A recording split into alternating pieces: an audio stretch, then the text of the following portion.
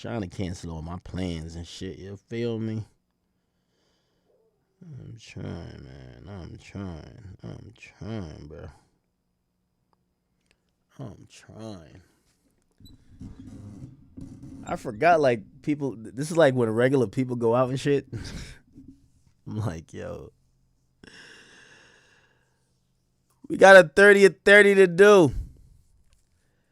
Chat, what's good with y'all, though? Your boy's back in the building. Oh, my God. Look at the comments. The hunger is gone. Yo. No, it is 1 of 30. It is 1 of 30. It is 1 of 30. I think we just gambled yesterday. So, no. This is 1 of 30. Don't you trip. We not trying to count yesterday. Yo, chat, I almost dislocated my fucking wrist today. I was drilling something. Actually, I was drilling out holes for like my fucking recessed lights and shit. And the drill fucking just, like the bit just kind of like, it spun the drill instead of the thing. Fucked up my wrist real quick, but I'm good. I'm good. All right, what's going on, chat? What's going on? What's good with y'all? All right, let me pause this over here. Everybody good? Everybody in good graces? The internet is going on. I see a lot of people told me, you gotta get on. This shit is going crazy now. Yeah, too much torque? It was kind of that. Yeah, I had to put pressure on the drill. I was drilling above me. And I was drilling to the side, so like there was no real like support, so it just fucked my ankle. Not my ankle, I mean my wrist for a second. Anyway, what's good with y'all, man? NBA Ben10, is he paralyzed? Is he not?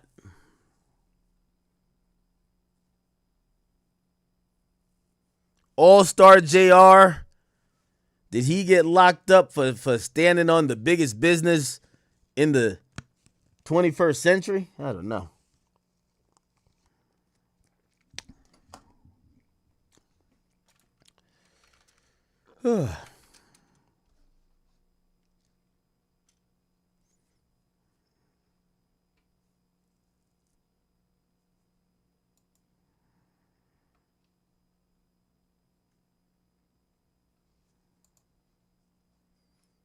Y'all get up in here. Oh!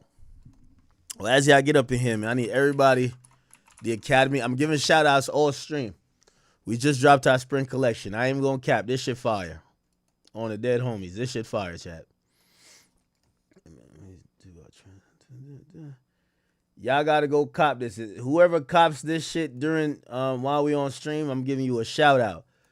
We got all type of drip on this bitch. We got the new Academy merch. This shit going crazy. This windbreaker right here, this about to give it up. This about to be giving it up right here. Cop this if you want your poo shiesty wave. You about to go commit a felony. About to bag a bitch. I like this right here. It's summer weather. You know me, I'm about to be on some exotic vacation real quick, chat. You know what I mean? I got to have this bitch on right there. We got something for the ladies. I've been seeing a lot of ladies hit us for this. You know, Iverson was my favorite player. You know, we got like our remix of our Sixers basketball jersey. We even got a basketball in this, but it's fire. I like all this shit. And we still got some old stuff in there too. All right, just give me a second while we kind of get settled into everything. But the Academy.shop, if you cop something while we're on stream, you will definitely get a shout out.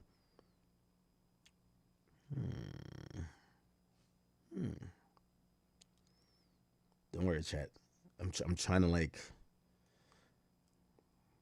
I don't even know why I tell people I kind of like I'm down for their plans, cause like I never streamed before when when regular people like, cause this is like when regular people like, hey, so what's going on tonight? Like, are you pulling up? And I'm like, yeah, I just started streaming. You know what I mean? I should have streamed earlier. So they're like, yo, so you're not pulling up? And I'm like, it's all good. It's all good. Anyway, let me see. Everybody still get on up in here. The fuck? Okay, weird. Yo, why Jada Waiter online crying, bro? Shorty crying literally in a Rolls Royce.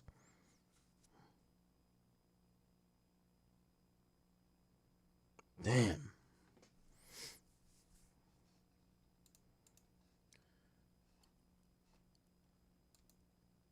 Yo, females get to cry on camera. Everybody be shouting it out.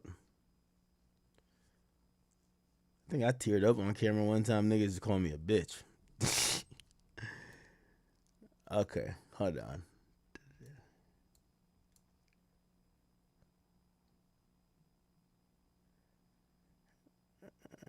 Okay.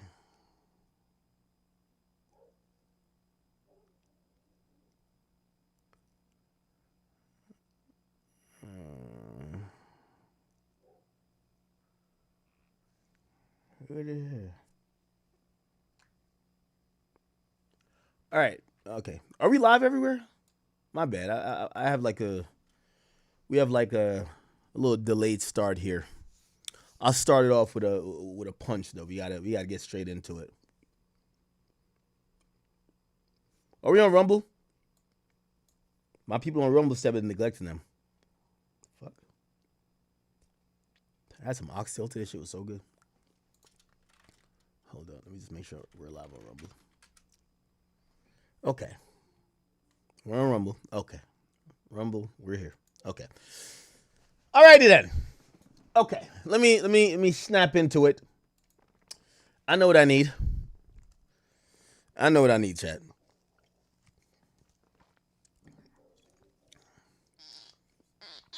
Let's take a shot together. And let's knock this bitch out. Okay? Yo, if Prince don't fucking stop, I don't know if y'all can hear Prince barking upstairs. Jesus Christ. I'm gonna have to take him in soon. Okay. Take a shot with me. There you go. Pour up. No, actually pour up. Okay, come on. There we go.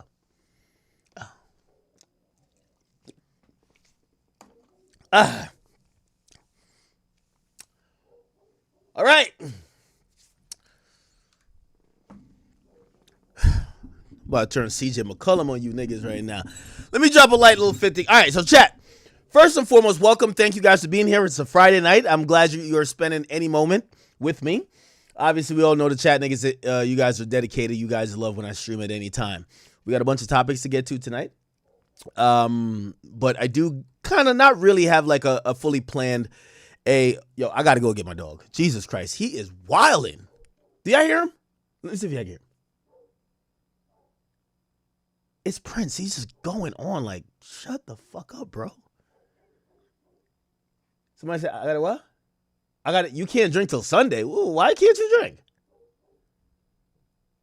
Why can't you drink? What? You pregnant? All right. Let me at least get through this monologue real quick. All right, so chat.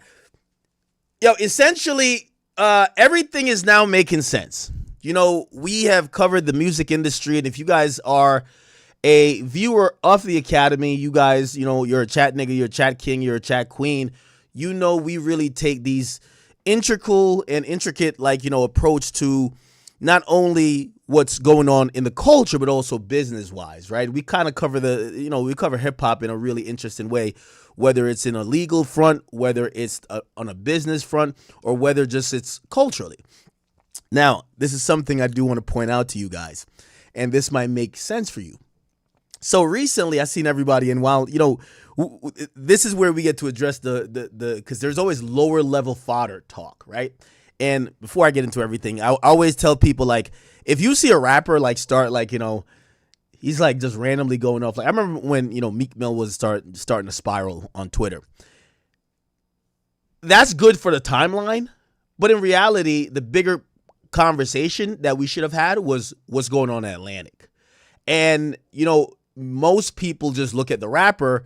I look at both, right? I could see what's happening to him, but I'm like, why is it happening? Then you got to look at the label. What's going on with the label? You got to look at business. Business trickle downs all the time, right? When you see a rapper going through something, whether they're not putting out an album, I always tell people about the Kendrick Lamar effect, right?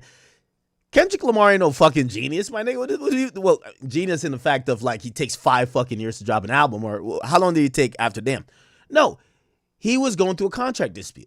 most artists, when you've not seen them drop music, they're just absent. They're usually trying to leverage not dropping music, or they're going through a contract dispute. Kendrick is no different. He did the same. When he didn't drop, he was going through a contract dispute. That's why I think now, because he's not going through a contract dispute, he has no reason not to drop frequently. So there is, anytime you see an artist not dropping, a lot of times you could track the problem. Sometimes it's personal, but it'll eventually add up to some business problem down the line. Now, when you kind of extrapolate to many different issues, it doesn't matter what it is, right? It could even be Drake. If you're thinking about, okay, well, what's going on with Drake? Drake's issues even down to getting to a point of beef and all these other things and suing UMG is basically at its very core another contract dispute. It's just about renegotiation. Drake feels like they did some underhanded tactic. So again, I always say follow the money, follow the business. You'll find out what's happening in the culture, why it's happening. There's nothing happening randomly. Things are happening behind the scenes that's having a trickle-down effect. Now, what am I talking about now? Now, what's having a trickle-down effect is that I think a lot of people in social media, or let's just say hip-hop media broadcasting, they have seen a few things, and, I see a lot of people upset. But this is why Daddy's here. This is why you come to the Academy. Professor Ack is in the building. So now I'm going to address all the people at the Breakfast Club, okay? So all the people that, you've been missing your regular Breakfast Club programming. You're wondering why, shit's not looking the same. You're perturbed. You're like, yo, we're not going to Netflix. Y'all trying to throw a little hissy fit. I told y'all to calm it down. Just come on over here by the Academy. We got you, okay? We won't let you go to Netflix to see what you got to come see. Come on over here. Just join us on Kick. Now, I am going to explain this on a business level of why this is happening, right? So, while everyone kind of thinks these are just personal decisions, even though I believe Charlemagne might have a quasi, executive, role at iHeart, period. Definitely a Black effect. But at iHeart, these decisions, whether, the Breakfast Club is going to Netflix or whatever the case is way bigger than just him, way bigger than his program. And it kind of shows on a macro level just where media is going.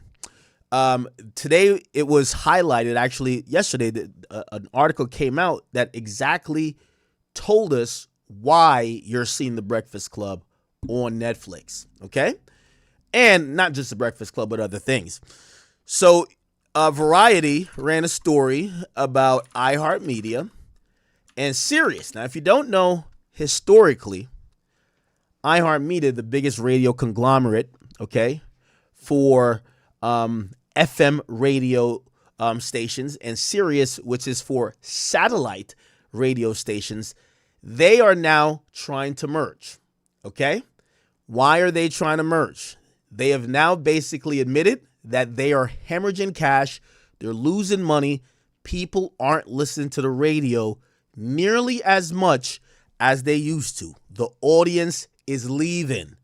So iHeartMedia, okay, or iHeartRadio, whatever, they're now in talks to combine and to do a merger with Sirius. Now, Sirius, remember, it was established, and remember, Howard Stern kind of really anchored that for a while, and iHeartMedia basically got all they pretty much have one of the biggest hip hop stations usually, or pop stations in every major city. They're the biggest radio media conglomerate.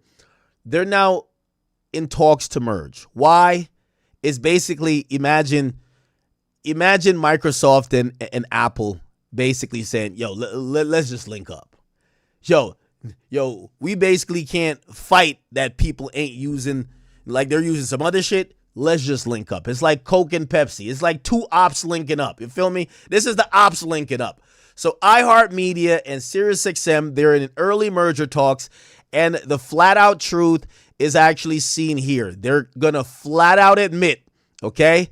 Look, news of the potential merger was reported by Bloomberg. However, a source stated that any reports of financial problems at iHeart are untrue. You know what that means?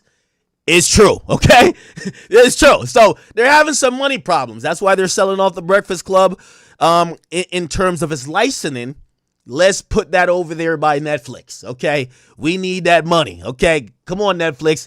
We like these guys, but send them over there to the movie streaming network, okay? It says also the companies are looking at a merger, not an acquisition of one by the other. So they're trying to save some face. They're not trying to say Sirius is buying iHeart or iHeart is buying Sirius. They're saying they're going to merge, okay? The merger would unite the largest terrestrial radio network, okay, which is iHeart, with the largest satellite radio network, which is Sirius, and they'll create an audio powerhouse, okay? It's basically like, imagine niggas stop using CDs and cassettes, and the biggest owner of all the CD companies and the biggest owner of all the cassette companies, they just linked up, okay? This is the linking up of the ops. They used to be ops, but now they're fighting a new frontier. Sirius, which is, satellite radio, they're fighting streaming, and also we have terrestrial radio. They're good try, brother, right? So the sources said that the objective of the combining the companies would be to provide greater scale and partners to create platforms. Okay, that's a bunch of bullshit. You guys could probably read through it. Like, you can see through the fluff. Essentially, everybody's in the streaming market, and ain't nobody getting in their car unless you have a car, one of them cars that J. Cole was driving around, for his album Rollout. You're not going to be playing the radio. Yeah, that's how it goes. The sources stress that the talks are in very early stages. There's no guarantee there's a deal that's going to take place. But I think you guys are getting, the gist here. Essentially, if you're wondering why you see The Breakfast Club that is now on Netflix, essentially, iHeart ain't doing that good. iHeart realized they're getting diminishing returns from only focusing on revenue by terrestrial radio. They need to appeal to streaming. And yes, say The Breakfast Club had a presence on YouTube, but it was more profitable to just license it to a actual, streaming giant like Netflix rather than trying to count pennies on YouTube for AdSense. So that's exactly what they did. Is that for 2025, iHeartMedia reported a revenue of $3.8 billion, flat compared with the previous year. The digital audio revenue group is up 14%. Podcast is up 26%. Okay. The news comes less than a week before Sirius actually drops their earnings report. And so just to let y'all know, for the people who are really concerned, like, why did they do this at The Breakfast Club? iHeart is trying to merge. Like they're basically admitting that, streaming is king. And even the heights of heights are realizing they need to have some type of multifaceted strategy where, of course, they're going to still have a presence on terrestrial radio and satellite radio with Sirius, but they got to get into streaming, right? So they're trying to combine, and I think that kind of showcased why they probably did the licensing deal with Netflix to put a bunch of podcasts over there or a bunch of radio shows as well. So just for your, just for you guys to know on a business level, right? Anyway, I saw that come across Variety. I was like, oh, that's interesting. It's a lot of things happening on terrestrial radio now. I would love to know. I would love to know what they're paying these guys for terrestrial radio now. Like, obviously, we heard about the rumored huge, hundreds of millions of dollars that Charlemagne got, but from what I understand, that was a very multifaceted deal that included being a podcast executive, podcast ownerships, and also being a one of one when it comes to The Breakfast Club. But I'm wondering, these days, the guy who replaced Ebro, right? What does he get? I'm pretty sure they probably told him, we give you $80,000 and chalk it up, right? I don't know. It would be very interesting to see if these companies that are kind of now admitting that if we're just a straight up terrestrial radio program, we're losing audience, we're losing ground, we're losing listeners. Are they going to still compensate people to the tune of, millions of dollars, or they're going to just hey, well, shit, we got the namesake, but you're going to have to take a pay cut, right? We'll find out. All right. So that happened. Chat, did y'all see what's going on in No Jumper? I'm going to lie to y'all, chat. No Jumper is back. For a while I was like, these guys are kind of like, I don't know if they're like phoning it in. I got to be honest with you. No Jumper is like a, it's like one of those things that I watch and, what's that term where it's like a selfish type of, I forgot the term. Y'all gonna tell me the term in a second. But the point is, when I watch No Jumper, I watch No Jumper for fuckery, mayhem, gang fights, gang beefs, cuss outs, arguments, crash outs. Like, with all due respect, I don't think there's actually ever been like a legit person who understood the landscape of hip hop on No Jumper besides probably Adam. Maybe there's been some others. I just, they don't come to mind. But when I go to No Jumper, I want to see gang beefs, gang wars, crash outs, near-death situations, people getting exposed for fucking trannies. I want to see the worst of the worst. I got to be honest. Oh, it's a guilty pleasure. That's what I meant. I got to keep it a bean with y'all. You know what I mean? Like, that's what No Jumper is always presented to me.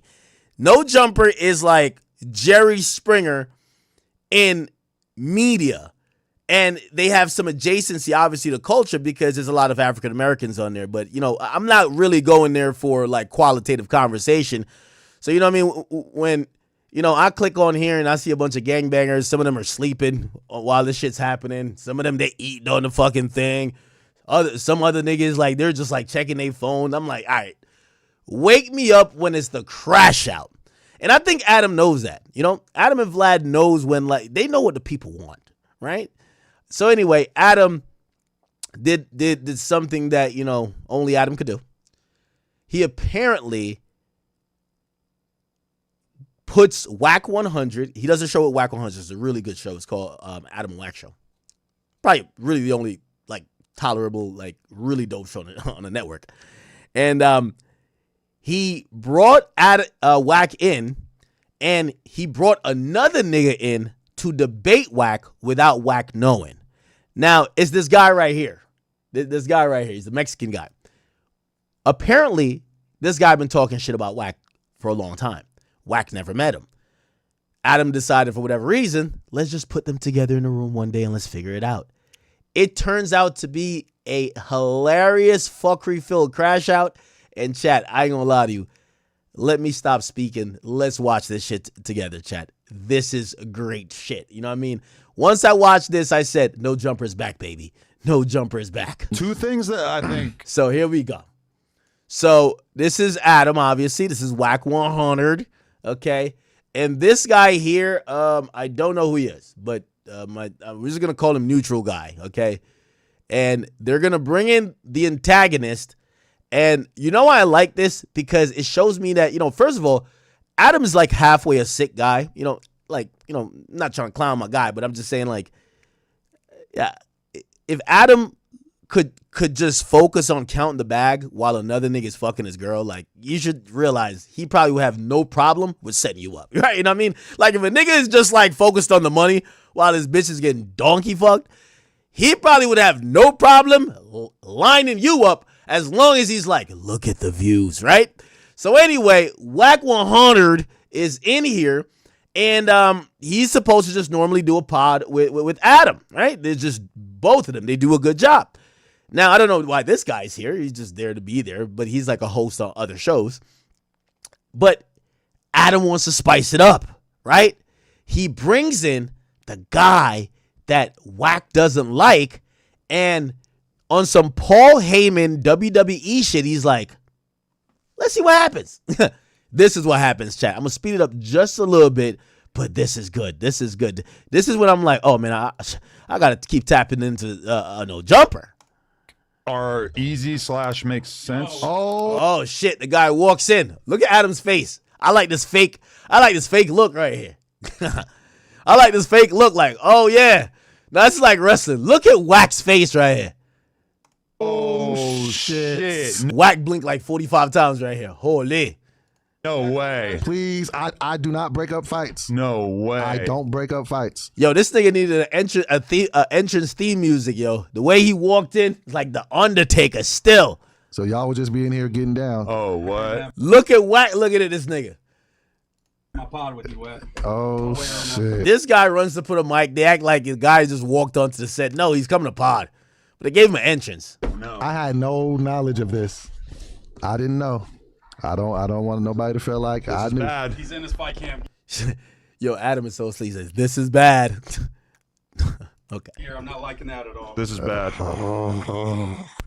Adam, I will not break this up if it goes left. I will dive between these people I won't. if anything goes down. Because I'm not. This is a good setup, Adam. This is a good setup. Yo, this is what I always tell you, man. No jumper is a lineup, nigga.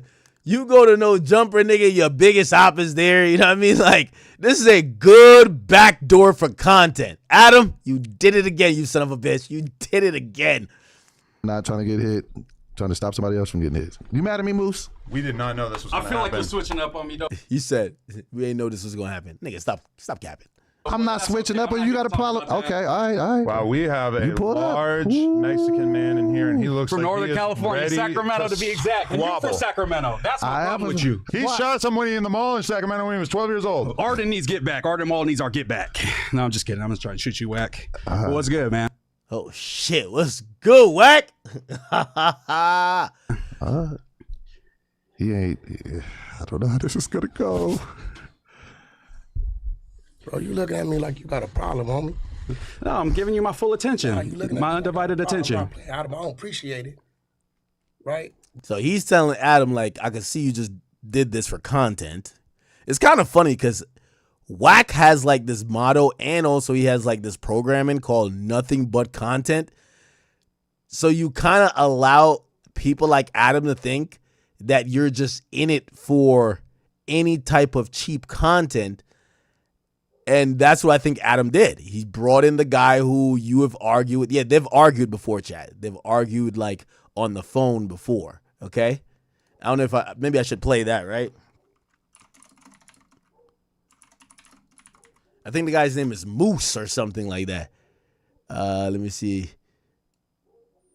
Oh, all right, hold on. This is what the guy has said.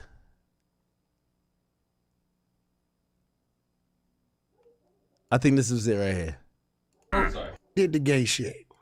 Why did he had like So this was like 11 days ago. this, podcast? Here we go. Some information on. Here we go. Yeah, right? To see me in the building. Say something about what? Ricky, Okay, Ricky okay. say So of course, Adam got this shit like WWE. So he called him up. some weird shit. I'm going to call him on it. Ricky been cool, but this dude, I initiated conversation with Ricky. Yo. I don't know this motherfucking dude, bro. What's your issue with me, bro? I don't know you. I don't know nothing about you, bro.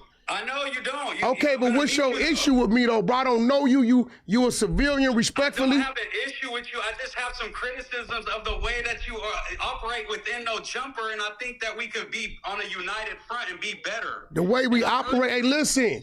What I operate and who I got issues with don't got nothing to do with you. You a square. You ain't. You a North Daniel and you a square. You out of pocket. It can't be both. I can't be both. It's one or No, you from up north, homie. Yeah, I am. And see, here go the thing with him. He think it's a game.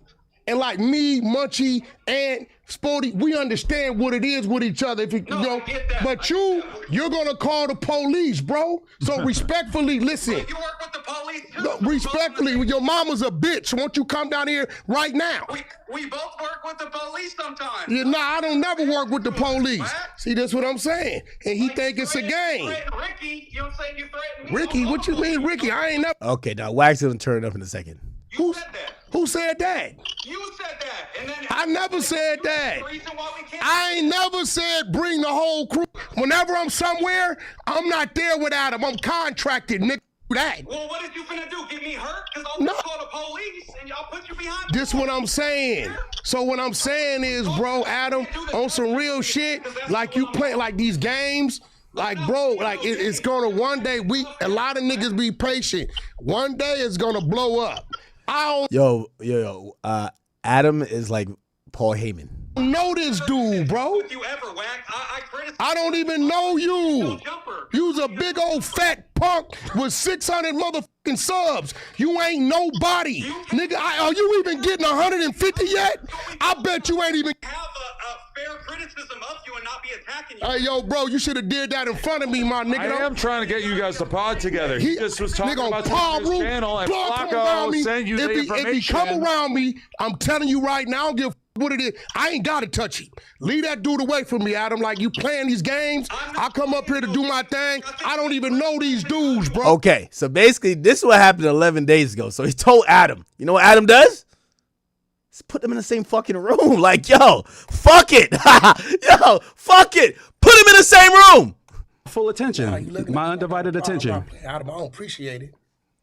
Right? But you looking at me like you got a problem. I'm giving you my undivided attention, like a man to man. That's what we do. Problem? I don't got a problem. I have criticism of your podcasting. I've said that from the jump. You got a problem though, because you come in. I'm not these other cats, homie. I'm not. I don't think you these other cats. You playing, and it's not gonna be no play, bro. I promise you that. What, you finna punch me or something? Because that's not what I'm here to do. I'm not here to fight with you. We grown men. You almost 50-some years old. We're not here to squabble up, Wack. I'm here to sit and have a conversation with you. I think we could both handle that, right? Yeah, let's build. Why just Yo, Adam is a slick motherfucker, man. destroy? Yeah. I don't know why he's so mad in the first place. He's been calling people yelling about me. What did I do that was so bad? That made you so angry with me? Who's been telling you what, Wack? I don't know you, homie. You don't know me. I'm a big fan, though. I watch a lot of Adam and Wack shows. You don't know me, bro. On some real shit. I get that. And this ain't worth your life, homie. You gonna This kill ain't me? worth my life, homie. You coming in here playing. I'm not playing, homie. I'm telling you, I'm not playing. So he's coming in respect. Fuck what you talking about. He's I'm not coming to playing, show homie. respect. I get that. I'm telling you right now, I'm not playing. Oh, I get that. shit. On Paru, nigga. On Paru. Fuck you talk about? Yeah, Wack. Yeah, Wack. Yeah, Wack. This white boy don't run nothing with me, homie. I You understand. can get it too. Oh, shit. The biggest Paru. Oh, yeah. This shit he pulling, it ain't real. Mm-hmm. It's not worth your life. You got a mama and kids. You probably old enough to be my son, and you coming in here playing with some shit, homie. But what am I playing with? You coming in here playing with some shit. What am I playing with, really, Wack? it really ain't cool, I'm trying to sit homie. down and talk with you. You talking about I'm playing. I'm not playing. Listen, I'm bro. sitting here in First front of you to talk listen, with you. You are Mexican, bro. Yeah, And this demographic, I don't play. I don't cross lines with Mexicans because I understand how it go down here, homie. Yeah, but I'm not a gang member, so that has nothing to do with this conversation. Mexican. I know, but you sit with a white boy every week and but we give don't have them issues where I'm from with white boys, homie. I know, but I have no issue with no bloods anywhere because I'm not a gang member. You still a Mexican. Especially from being from NorCal, you got no problems with nobody. This shit is a motherfucking game. Wow, come on. Bitch ass nigga. Oh, You shit. think this shit is a game, nigga? I'm not getting playing. mad. I was just trying to have a Game. conversation. You getting Think mad this shit for is a it. game, Bro, nigga? what Raising did your you voice get at mad me. He's trying to do Nah, fuck content all with you. that. Why you gotta make it a violent thing, bro? Come on. Hey, just like I said, Wack. No, bro, nigga. Nah, I rock with this. Now, Wack getting it in there. Wack told these niggas. Wack bullying the scene. Word up.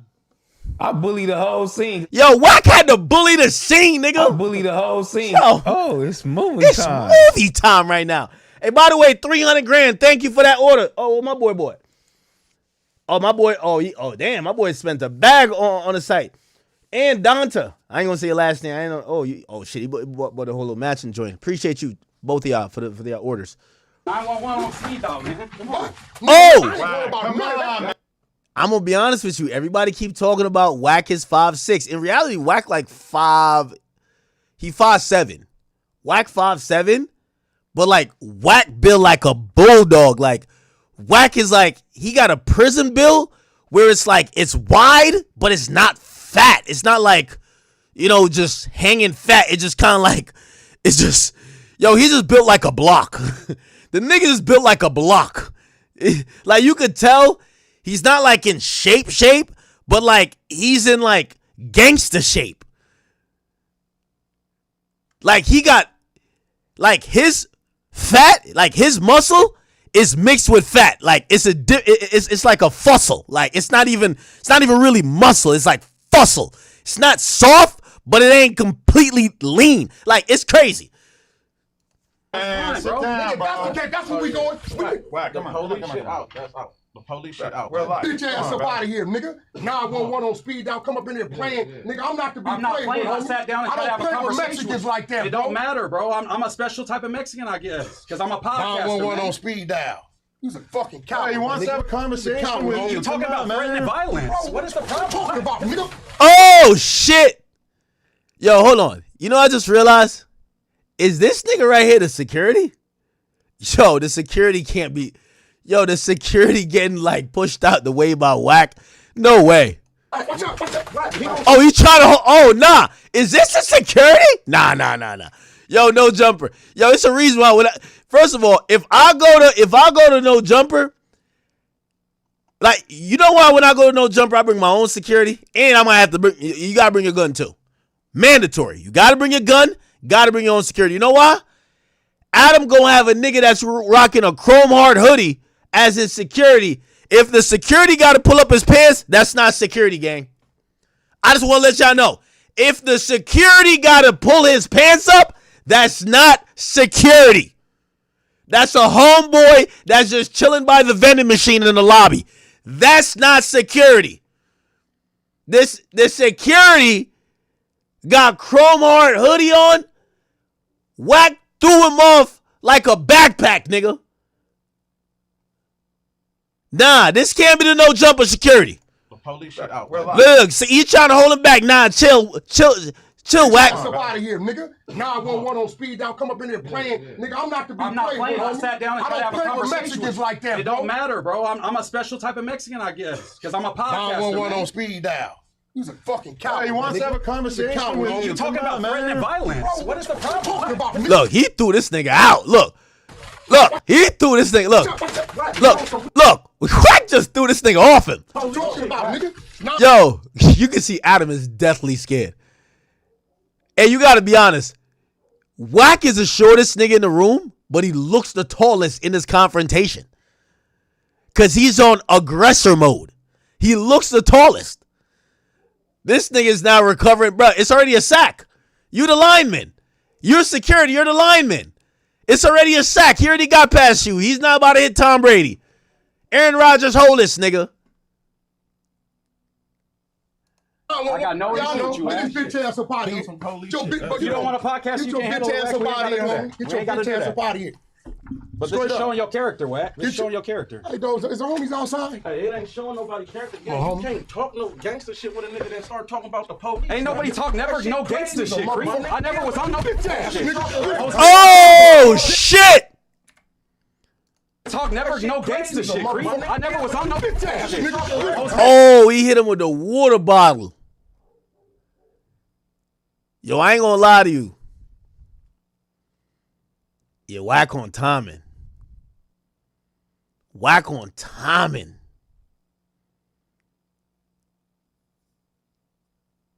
Damn homies, nigga. I was never on no Come gangster on outside, shit, bro. nigga. Come on outside. You think this is a motherfucking game? Come outside.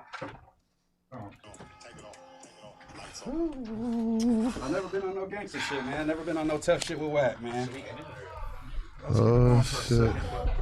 Bro, I never thought that he would actually try to have that kind of. Now, Wack walked outside ready for the squabble. My boy Wack like squabbling till a knockout. Nigga, I don't play these type of games with nobody, bro. Come outside. Come on. Come outside, homie. Come outside, nigga. Don't want me to do that. Oh! You got it. Why I do, Got it, nigga? Wack. Got it. Oh, shit! Oh, shit! Nah, I ain't gonna lie. Y'all got put. Now, I don't know if he capping, but like the way how Wack is aggressive and nobody could control him in here. Everything Wack been saying look like I gotta give him credit. He's standing on business. Wack like a one-man wrecking team. He fucking up the whole office right now. You playing with? You got I it. told you I don't You're not doing tolerate no this. You got it, Wack. disrespect. I'm not trying to You did this shit. disrespect you. He's trying to podcast. Nigga, I don't play with Mexicans like I'm not that. trying to disrespect you, my G. I'm trying to have a conversation. I don't want a conversation. Okay, then we ain't got to do that. Fuck you coming here playing with me, nigga. Hey. I ain't them. I'm not trying to play with you. I'm not trying to threaten you. Nigga, you can't fuck with me. I get that. Throw your shit up, I get nigga. that. Throw your shit up. You don't got no shit, Wack. Nigga, Go. throw your shit up. Wack, just go. Watch out, man. Wack. I'm not watching out. Yo, hands up, don't shoot. My boy hit the. Yo, my boy hit the Trayvon Martin, the Mike Brown, hands up, don't shoot, holy. That shit was a motherfucking game, nigga. You gotta go. doing that with you, Wack. You gotta go. I'm not doing that with you. Punk ass nigga. Wack, you came to podcast. Nah, You want to fight? You gotta you go. heard the shit he been saying? Yo, niggas forgot Wack walked like 20 penitentiary yards, nigga. Like, yo, Wack really one of those guys. Like Wack been putting shit to bed for a long time. Now we see him in action. Go. He ain't said shit about you. What? He ain't said shit about you. Wack. You didn't call me. Hey, there's another nigga on No Jumper. His name is Ann Hefe. Yo, Ann Hefe, you need to start writing your apology to Wack right now. You, for real. The way I'm seeing Wack moving right here, if he show up one day when you filming, shit. Yo, this nigga look like he want to blend into the wall. He look like he want to just turn into one of the graffiti on the fucking, like, wallpaper right here. Like, he don't want to be here. How you gonna do I this never shit? called you out. You your didn't call name. me a little bitch, On my little soul, 5'4" you little gotta bitch. go. On my gotta soul, go. I never have said that. Why you can't be in here doing the shit? Nigga, you brought this shit in here. He wants to podcast Did you with tell you. me that? You're trying I to told you scrap I'm not with him. fucking with him. Wow. I told you that as a You man. can't be doing this here. I never You called did. I never called you out. We your name, tried to man. do a podcast. You're trying Did to you fight. tell me that was coming? You said this man. I didn't know he was coming. Oh, so he said that this guy was coming and they brought this guy. This is a good back door. You know who has the best seat? This nigga over here. Is this the Crocs? Yeah, he just this nigga like, I'm just here to get paid, bro. Fuck all that. So that's on me. Right. Did I walk away? You Did I can't walk fight here. Okay, then he need to leave. You need to leave. He's chilling. He's trying to podcast. You're trying to fight. Alright, cool. I'll leave. Let's fucking sit down and have a conversation. I'm not trying to ruin the show. Y'all got it, man. I'll leave. So Wack can stay in pod. You chill. This was not my intention, Wack. I never called you Bro, a B-word or you nothing keep like that. playing though. I swear when to a man God. tell you he don't know you ain't got no problem, you can't keep popping it. I know, we podcast. not No, that ain't popping it. podcasting. I'm not popping it. That's like I'm talking trying to threaten shit. you. How is he I'm not trying popping to it? threaten you. I never called you out your name. None of that. Are you gonna correct But me? you can't play with a nigga. No, you I don't know what's playing is. I'm just wasn't even walking playing out with Wack. him. I'm He part was of no podcasting. Jumper. The thing is, gang, you know how Wack. Come on, bro, this nigga that you ain't so And you you keep telling me you attacking ain't my said shit. nothing disrespectful about me? I've never called He you out wants your to name. talk Said about nothing it. crazy about Why you we gotta ever, fight? Wack. Bro, On my soul. Listen, bro. This dude wanted to talk to me. I had no problem. I don't have a fucking problem with you, I don't bro. have a problem with you either, coming, Then why can't we talk? Because he's disrespectful, bro. I've never called you out your name once. I promise. But then, nigga, you talking about him? Do I look forward for now, nigga?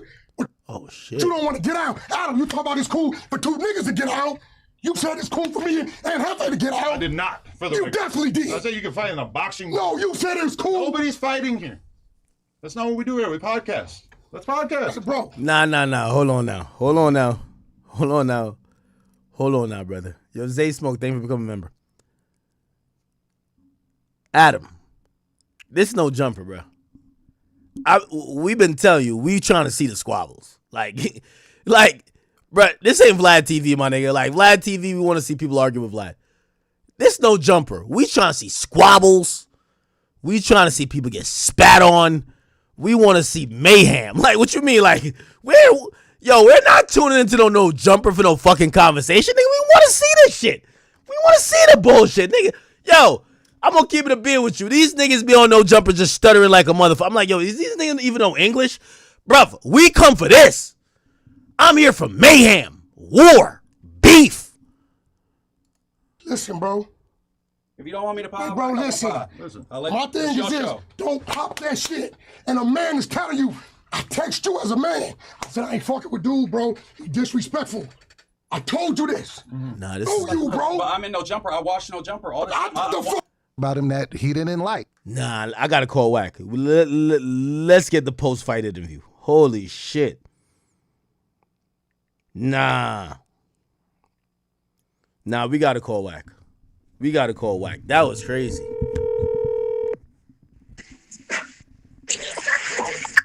Wack. Yo, what up?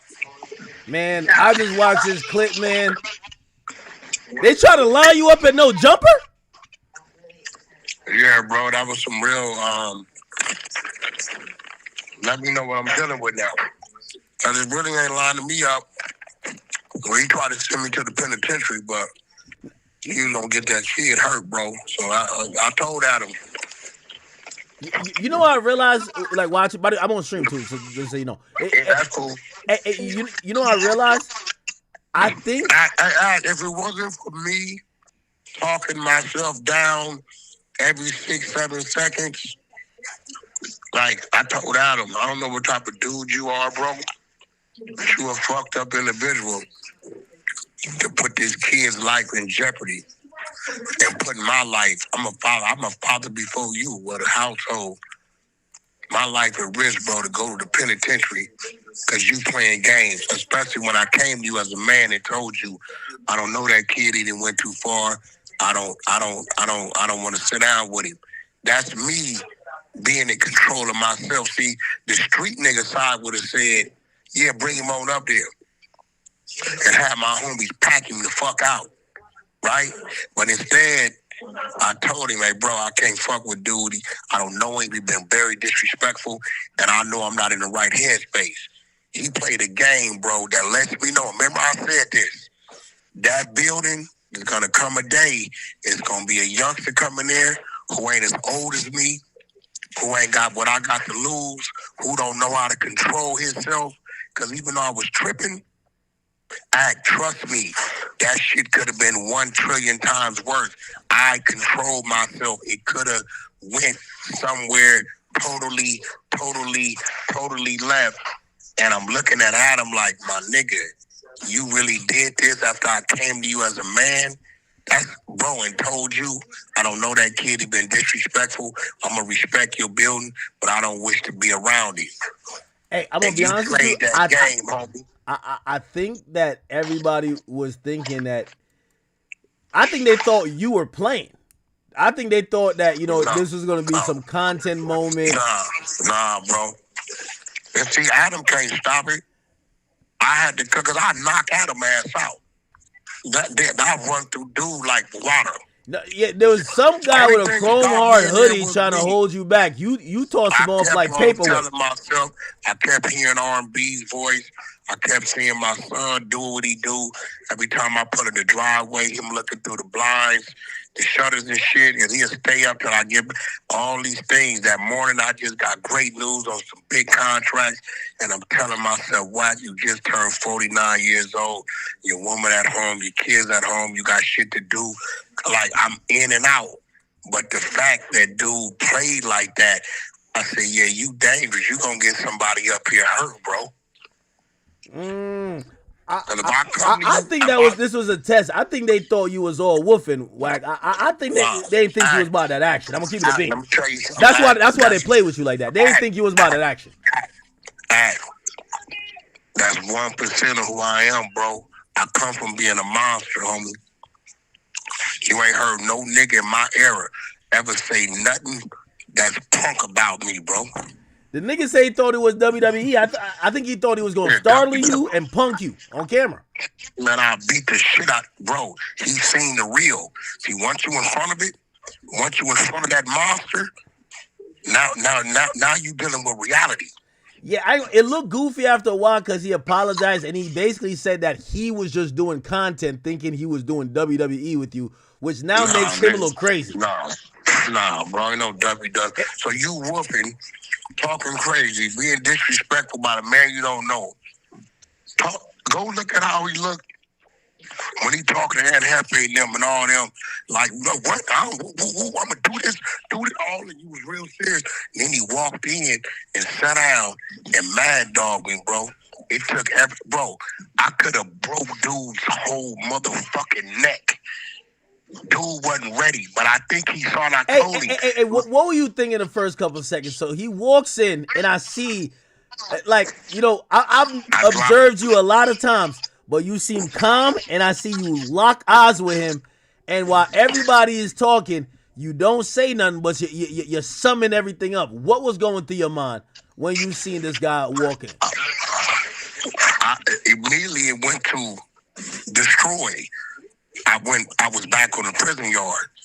But you also looked at you looked like off camera too. Were you looking to see if he had people or you were looking to see if your people were there? No. I released my people, bro. God was working for him. If my people would have been there, he'd got stomped out when he walked in that lobby. I would have never saw him. I wouldn't have I don't got a date know what it is. I would have never saw it. So that day, for some reason, I told them they didn't have to pull up. I released them. You know what I'm saying? And I never do that. Never. My gut told me, keep your people at home. It just taught, my conscience was talking to me. I'm like, fuck you mean, keep your people at home? Well, I ain't gonna fight myself. I'm saying, maybe one of my niggas gonna get in a car accident and get pulled over on the way up there. I get gut feelings and my mind tells me shit. So I'm like, hey, bro, y'all ain't gotta pull up. Because I'm getting that feeling. I don't know why.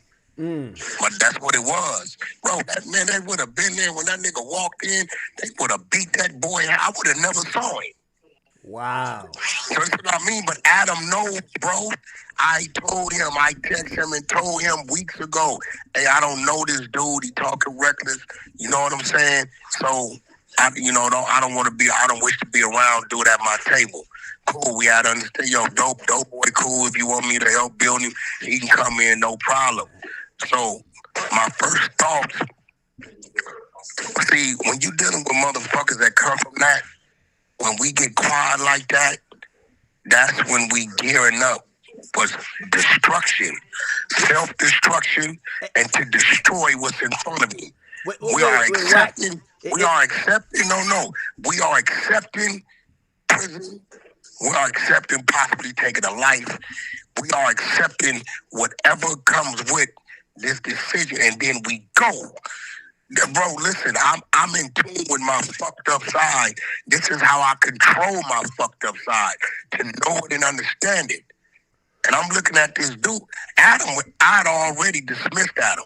He was gonna be a victim too. So I told him, fuck what you talking about. Because once it go, it's like a bomb. Everything's destroyed around it. And I'm asking myself, like, bro, did you really? I just told you, bro. And you really think this shit is a Wack? You know what they're gonna do next? You gonna be sitting down, and they're gonna bring in Munchie B and Hefe, sporadically, like surprise. Munchie B, listen to me. Munchie B and Hefe come from where I come from. They had never put themselves in that situation because they understand what come with that. Adam took a kid that's 30 years old, a square, and told him that I was cool with the sit down and the games, and all that was a complete fucking lie. And had him walk in there thinking he's in character. That is fucked up. Munchie B or Spody Face or Aunt Hefe will never do that or allow Adam to put them in the trick bag, because we all understand that could lead to death and some other shit. Can't no white boy tell me, hey, bro, come walk in on this street nigga. And I know he come from something and been somewhere, bro. When you said, yo, listen, yo, throw your shit up, let's go outside, and you walked outside. Suppose he had walked outside. All right, what's up, nigga? Like, let's get down. You I was gonna beat him to death. Oh shit. There was nobody in that building that could have stopped me, bro. No, everybody that was in that building cannot stop me, bro. I did say, Wack. I did say, and I pointed this out on the stream. They said I was glazing, but no, I think I was being honest. I said, yo, when you watch this clip, I said Wack is probably about 5'7". I said, but in this clip, he looked like he's the tallest thing in the room. He looked like he's the tallest thing in the room. I'm looking at a clip. It looks like you're looking down at Adam, because everybody's on defense while you pressing up. Listen, bro. If it wasn't for the balance in my life, the people in my life, that building would be shut down today. It'll be shut down at night, bro. And I told Adam, bro, I don't know what type of dude Did Adam apologize? Because that's not, good friend etiquette. No, it's not cool, bro. It's just like you telling me, right? Hey, Wack, I don't whoop that guy. And I pop up to your spot. It's like me and you doing an interview, and all of a sudden I'm like, yo, 21 Savage is in here. You like, what the fuck, nigga? Like, you wasn't gonna tell me this to at least clear it? I mean, because at that point, listen, killing, murder, by fist, knife, weapons, getting beat beat over the head with a camera, it happens in many ways, bro. When you got a blackout, you can't stop it, homie. Adam wouldn't even defend himself in the ring with Jason Love. So you can't. That was Wack. Nobody in there stopped me but me. Shout out to my little homie Creep did his best to keep saying shit to me. Right? Can't nobody stop. Adam can't stop me, bro. At all. Adam can't stop me. All right, let me ask you a question. I'll put $1 million on the table if Adam is willing to be up to it. And I hit Adam one motherfucking time. And I gave, but you can understand, nigga, I come from hitting 480 pounds, back arm and 315 penitentiary steel, bro. That shit's still in me, my nigga. Let me ask you a question. When you mix that shit with anger and shit, that's why I'm telling bro, hey, bro, when a man comes to you and tells you, hey, I'm not good with this, I don't want to do that. You don't play with that, homie. Let me ask you a question, though. So was maybe Adam is under the impression that, you know, I don't know if you guys have side conversations or however y'all talk about the show where you're like, you know, because I've seen like you kind of entertain a lot of things for content where maybe you thought, not, you know. That's my point right there. Academics, that's my point. So if you know I will entertain things for content, if I come to you and tell you, hey, bro, I can't do that, that's going to lead to something. Did you told him that? I told him, nigga, let me show you the text, my nigga. So you texted him and you said, I don't want this guy right here. I can't sit down with him and play it up for content. This thing ain't gonna happen. Oh, my mama. I told you. This is why it's fucked up. Because, bro, you put my freedom on the line and his life on the line. Yeah, and by the way, I see some people in the chat, you know, like they're trying to criticize you, but you know, it's an interesting thing. If you didn't do anything, they would talk so much shit about you, like, oh man, like, you know, they would be talking the most shit about you just cause. Hey, bro, end of the day, ain't nothing gonna ever stand in front of me disrespectful and don't get addressed, bro. Hold on, I'm gonna show you this. Let me find this shit out. This just a couple days ago. Have you talked to Adam since? Like how do you kind of? Because I'm not gonna lie, a lot of. Hey, by the way, hey, I'm not saying you should boosie Vlad, but not Vlad. I mean Adam. But right now, you just brought the most eyeballs to No Jumper in a good year. We tapped in right now. Right now, we tapped in. Like, I think Adam knew what he was doing because he need these moments. Like, every so often, he needs one of these, and you deliver. Hey, bro, that's all I'm going to say. Look, I'm finna send you right now, bro. You're going to see the date and everything.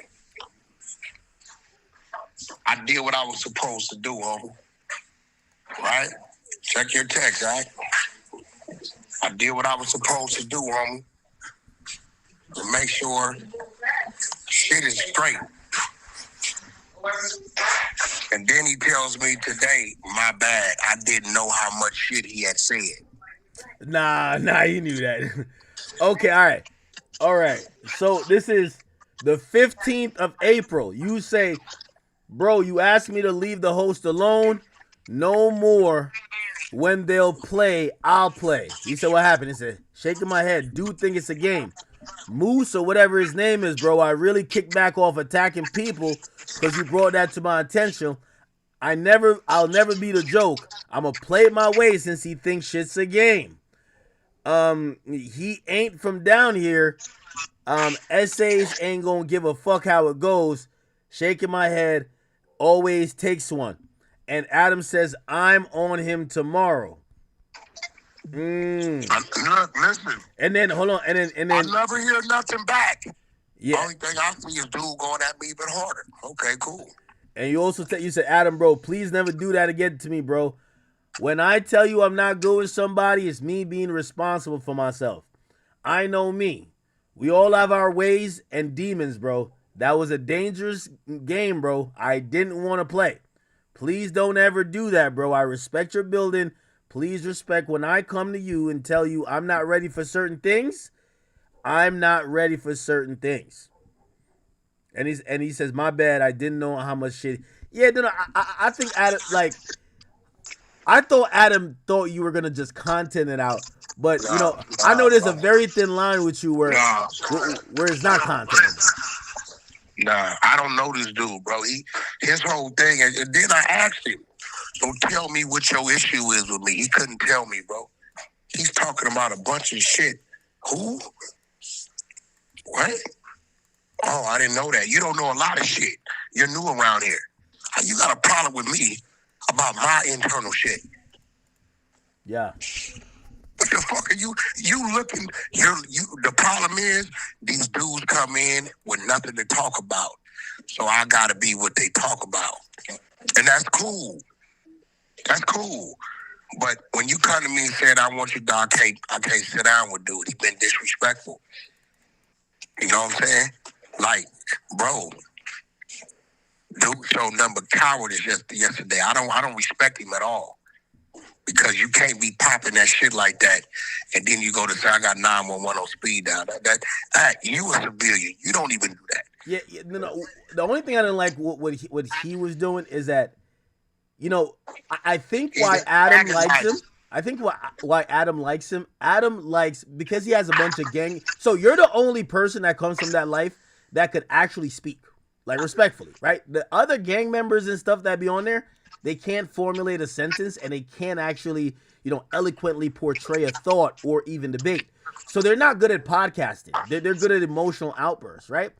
And I think this guy, you know, is the person that Adam is gravitating to because he could actually speak. I mean, that's cool, bro. No, hold on. Cool. Let me finish. Problem with that. Let me finish.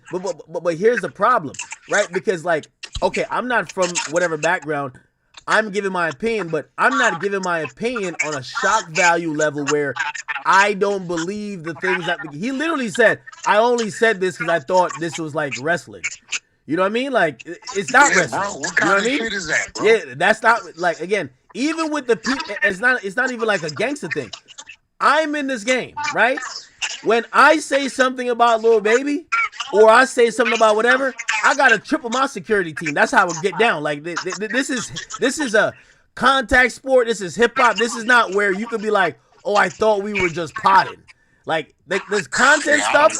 This idea of content stuff stays online. Yeah. I don't know what he think. What do you mean potting? So you could disrespect a motherfucker? You think that's potting? What? Well, I think that is a thought among certain people, and I think he quickly learned that you weren't going to just treat it as, oh, this is just content, and I was surprised that he leaned back on it to say, oh, I thought this was like wrestling. No, it's not. Like if you feel like you're doing wrestling as a broadcaster, you're not being yourself. Bro, listen, my son was born in 1994. He born in 95. Motherfucker, you think you can get at your daddy like that? We don't let niggas approach us like that. You cry. I could have been wiping your ass, boy, changing your diaper. Hey, you know what the funny thing is? I saw when he made the first comments about you, I thought he was gonna stand on it and say, all right, let's fight. Because that's the demeanor he gave at first. So when he came there and he was like, yo, oh, this is wrestling, I'm like, oh, nah. You should have never said that then. Nah, bro, he ain't got none of that in him, and he thought it was a game. But what's crazy is he's saying Adam told him everything was cool. So I'm like, bro, what kind of fucking game you playing? Why would you tell this dude everything? Why would you mislead this dude, bro? Yeah, but I think you and Adam have to have a conversation because I heard a part of it where he admits that Adam was telling him he should have came in with like a wrestling mask or something. It's like, this not a joke like that. You know what I mean? Like this type of stuff. That's what's sickening about. That's what's sickening about it. It's like, yo, bro, you really gonna put this dude? He don't give a fuck about that dude. Let me tell you something, bro. Adam know how I be up there, my team. You've seen him before. He didn't know that I told him they didn't have to come in that day. So he was finna put the dude all the way in the trick bag, bro. He's telling this dude is cool. I have no issue with no. Can you imagine act like my bro? That was when I got my gut feeling. I'm going to take my son to the airport, literally. And if something told me, hey, bro, tell the guys don't come in today. And I don't like if my mind say don't get on the freeway, make a right. I follow it. I've been like that all my life. My intuition talks to me like that. So I hit the text blast. Y'all ain't got to come in today. I didn't even know why I did it. But Adam didn't know that. So let's look at it. You done told this dude an outright lie that everything's cool coming here with the antics and the WWE. What if my team would have been in that lobby, bro? 100% if he got hurt, I think Adam would have to take some responsibility because what about the you in some of his defense, he should have known you've been doing big woofing, but he being told it's cool and it's gonna be a play. Hey, but I'm telling him. Adam knew what that nigga said. Listen, put like this. I only watch content on No Jumper or Clubhouse if you're directly into it. You know, I'll be outside building my shit. You know, right? I heard him talk shit about you. Like, so I heard it. So how comes the nigga who has the platform is saying he don't heard? No, of course he heard it. Of course he heard it. I think Adam just thought, like, yo, Wack has enough respect for me. He's not gonna wild out too crazy if I'm in the room and I'm gonna put myself in the middle of them. And I think he realized that you were kind of on the brink of tossing him the fuck out of there and putting hands and feet on that boy. Bro, I had to listen. If it wasn't for the balance in my life act on some real shit, bro. And it was like that day was set up like that for a reason. I woke up that morning. I've been expecting a couple calls. I got all of them that morning, bro. I'm like, damn, shit is finna roll. This shit finna get crazy, right? And then my son wasn't even supposed to fly out that day. He was supposed to have been driving back, right? So all this shit, and if it wasn't for, I wouldn't even been going down there that early. And it's like, yo, Adam, bro, this let me know I'm on the right track. That was a great test for me. I know it looks a little crazy, but trust me, nigga, I was 1% of what it could have been, bro. Yeah, no, you had a lively reaction, but I'm glad you didn't. I think you didn't cross the line, bro, because but it lets me know now that I think it's very clear there was a next level where you fuck up everybody in that room and all the equipment, like just really on some Hulk shit. Bro, like it could have been that easy. I was really going through this lapse every 4 to 7 seconds. Wack, get yourself. I'm hearing R&B's voice, baby, calm down. She ain't even there. It's like, you know that Biggie Smalls song where they have his mother talking? Yeah. You know what I'm talking about? That's how it was echoing through my head. It was crazy, right? And I'm going through this. Nothing in that room stopped me but me. You gotta remember, Adam wouldn't even defend himself in the ring. And he's dealing with a dude that's sitting there. He ain't mad. He boxing. Bro, you fucking with pure anger at that point in time. And it gets different when you dealing with a motherfucker who come from the mud, bro. You know, it's sitting in solitary confinement.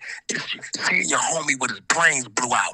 Niggas in caskets. It's experience being hungry, seeing your dope fiend. All this motherfucking vengeance and anger when you fucking with certain people builds up, and here come every motherfucking punch is in there, and I'm grabbing myself. Wack, come off of it. Bro, you just got 3 huge contracts. The fuck are you doing? I hear R&B's voice. I hear my son looking out the fucking window with me pulling in the driveway, right? I'm like, all this shit is sending me through a lapse. And I'm like, yo, Adam, you a fucked up dude, bro. Because you didn't give a fuck about nobody. Yeah, I think he thought it's not that serious because this guy's not a gangbanger. I don't think he would do that with Munchie B. I'm a man. Well, no, but the guy's a civilian, so he's thinking you're not a like civilian. Hey, bro, men, a mouth, a tongue, ears, right? Disrespect is disrespect. don't give a fuck where it's coming from. True. That's true, man. And then he's a Mexican. Bro, we've been in some type of war for damn near 30 years out here with that penitentiary in the streets. My neighborhood gets into it 99% Mexicans. We don't do back and forth and play with that. We keep it respectful. We give each other their space. We don't, then he walked in, sat down and mad dog me. All this shit, boy, I will beat the fuck out of you. Literally, see, the internet got people fooled. You got a bunch of people don't know me. Oh, wax this, wax that, wax this, wax that. Ain't none of these people ever been around me until you get in front of me, and then you start to see, oh shit, this ain't that. Yeah, I think they finally figured it out. I'm not gonna lie, like. I don't know. I hope that's the last time we have one of those situations where I mean, bro, let me tell you what I'm scared of, bro. Let me tell you what I'm scared of. Adam gonna pull that shit with one of them young out of town niggas, and he gonna blaze that motherfucker up. I'm telling you, bro. You know, these niggas don't be playing. I'm 49, so I finally got to a point where I got some control. Imagine one of them niggas that ain't got no control, and you think it's a game. Yeah, right? And what he better understand, you in that room too. Once one of them little niggas get to going, and he know his life is gone because he on the run, you think he gonna spare Adam? You're right about he that. He gonna say, you the reason why I'm in this situation. Nah, you're right about that. I know me, bro. I know me. I'm not ready, bro. So, you know, in that case, I'm gonna come tell you that. This is me practicing self-control, being responsible. Hey, I don't know, dude been talking wild and crazy, bro. I don't want to sit down with him because I know I wasn't going to be able to control myself, and I know my mind is on destroying the dude. So Wack, stay away from him. It's a place of business. Stay out of his space. Keep him out of yours. You ain't never seen him. You ain't got to see him. So if I come, like, what the fuck are you on, bro? You got a wife, I got a wife. You got kids, I got kids. It's like, you don't give a fuck about none of that? No, that's insane. Now, you're right about that. You're right about that, man. Wack. Shit wasn't cool, bro. Listen, I'm going to hit you back in a little bit because we got to talk about some other stuff, but we were just reacting to that. I just had to get your opinion on it, man. I want to hit me back. All right. Gotcha. Holy. This is insane, huh? Insane. Okay. All right. By the way, shout out to Crystal. I think I'm saying your name right. Crystal. I don't want to like fully dox you, but Crystal with the E. Thank you. She just dropped like $600 on merch. I ain't even gonna lie. She went crazy. She copped everything. The jersey, the shirt, the signed mystery. Nah, she copped the whole store just now. Holy shit. She copped the jersey, the shirt. There's a signed mystery item, the pin, cherry blossom jacket, which I think this is right here. We got the windbreaker. She got the international hoodie, the varsity jacket. She got the crop top set, both colors for females. Oh, thank you so much. By the way, Crystal Verselli, please hit me up. I want to put a handwritten note in the package you're going to receive. Thank you for that order, by the way. Again, our new spring collection is out. Really, it's merch that we all, it's for us.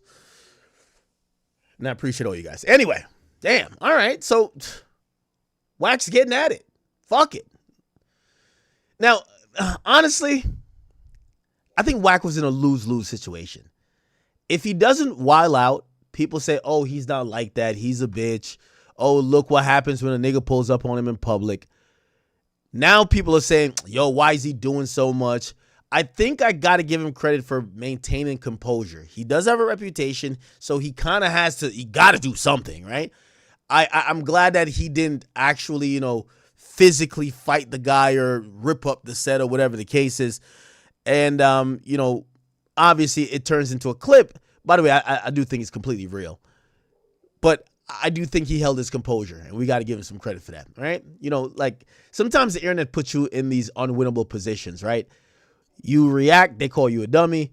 You don't react, they call you a bitch. So, yeah. All right. We'll move on from that. We got a bunch of stuff with TDE. What's going on with TDE now, man? Yo, TDE is spiraling. They're getting exposed left and right. There's some things that we should talk about. We'll talk about shortly. Also, the Julio Fulio trial, week 1 is completed after today. We only had like about 3 days of trial this week. However, it's in full swing. This is expected to be wrapped up in about like 2 to 3 weeks. So we have potentially 1 more week or 1.5 more week before we get to a jury verdict of what's going to happen in the Julio Fulio case. Obviously, we know what's going on with David. David is arrested. He's been charged with not only lewd acts on a minor, he's been charged as well with first-degree murder and lying in wait, which is a special circumstance which invokes a death penalty. And not gonna lie, that's gonna be really, really serious for him. We're gonna be talking about Drake's album in a second. I see a lot of people doing some great breakdowns. And I think this is where hip-hop is at now. Hip-hop is in a place where, I guess I got to say for better or for worse, because do we need to have like Easter egg hunts for every person's album and whatever? I think that kind of came out during the battle. It kind of continued a bit. We see J. Cole, obviously, and Drake, and even Kendrick. They kind of like leave these Easter eggs that fans could really like, lean into.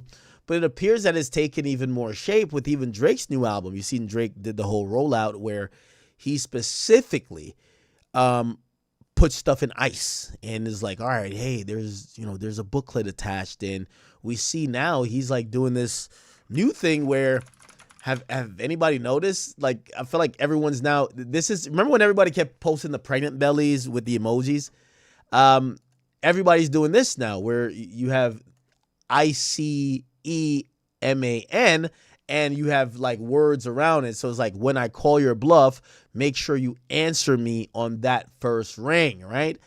And then he also says, please stop mistaking chat for fact, reels for reality, streaming for flow, and likes for love. Thank you. He also said, here is something you can criticize and pretend does not make you feel better than everything. We've seen a bunch of like big label brands. They've actually taken, they've just ripped off the idea and they're posting just like that as well. We've seen the Milwaukee Bucks says, a reminder, Bucks in 6, always, that's for the culture. Milwaukee, remember that. Thank you. Okay. So, we have the Bucks doing that. There's a couple other companies I've seen like kind of do that as well. I think I saw like KFC or like some. Okay, here's a few. UFC, 2 title fights, stacked card. Newark, New Jersey, coming soon, May 9th, Paramount Plus. 49ers, tonight, we're on the clock. Time to see if your mock drafts are accurate. Bang, bang. Okay, they're all saying Iceman. So the Iceman is pretty much omnipotent. It's everywhere. No matter what you say, you're going to see the Iceman. It's being seen in it. And look like we see KFC. They said Spice Man is now on the way. And they have the Colonel here. Okay. DoorDash, it says, am I a big back for ordering my dessert right after my dinner arrives? So, yeah, it appears that, we see this during the battle where something happens to be the wave so much that culturally brands start adopting to it to use for promo for their own product. And it's happening to Iceman. So for anyone who's doubted that, is Iceman like, having any impact? Well, it clearly is. All the big brands are jumping out. They're all kind of like copying this little way of, you know, kind of sending out a message that Drake is doing. And I think that's a really good thing. I seen some things about, you know, in terms of speculating, what is on Iceman, right? Because I know you guys been asking me. I told you I'm enjoying this thing like a fan. You know, I'm into all the Easter egg hunts. I'm into, you know, kind of looking into all the stuff that fans are interested in. I'm into that as well. Give me 1 second. Okay. So now here's one of the deep dives right here. There's a deep dive. And this is supposedly, people believe that, you know, Drake might be reigniting some old feuds, right? Check this one out.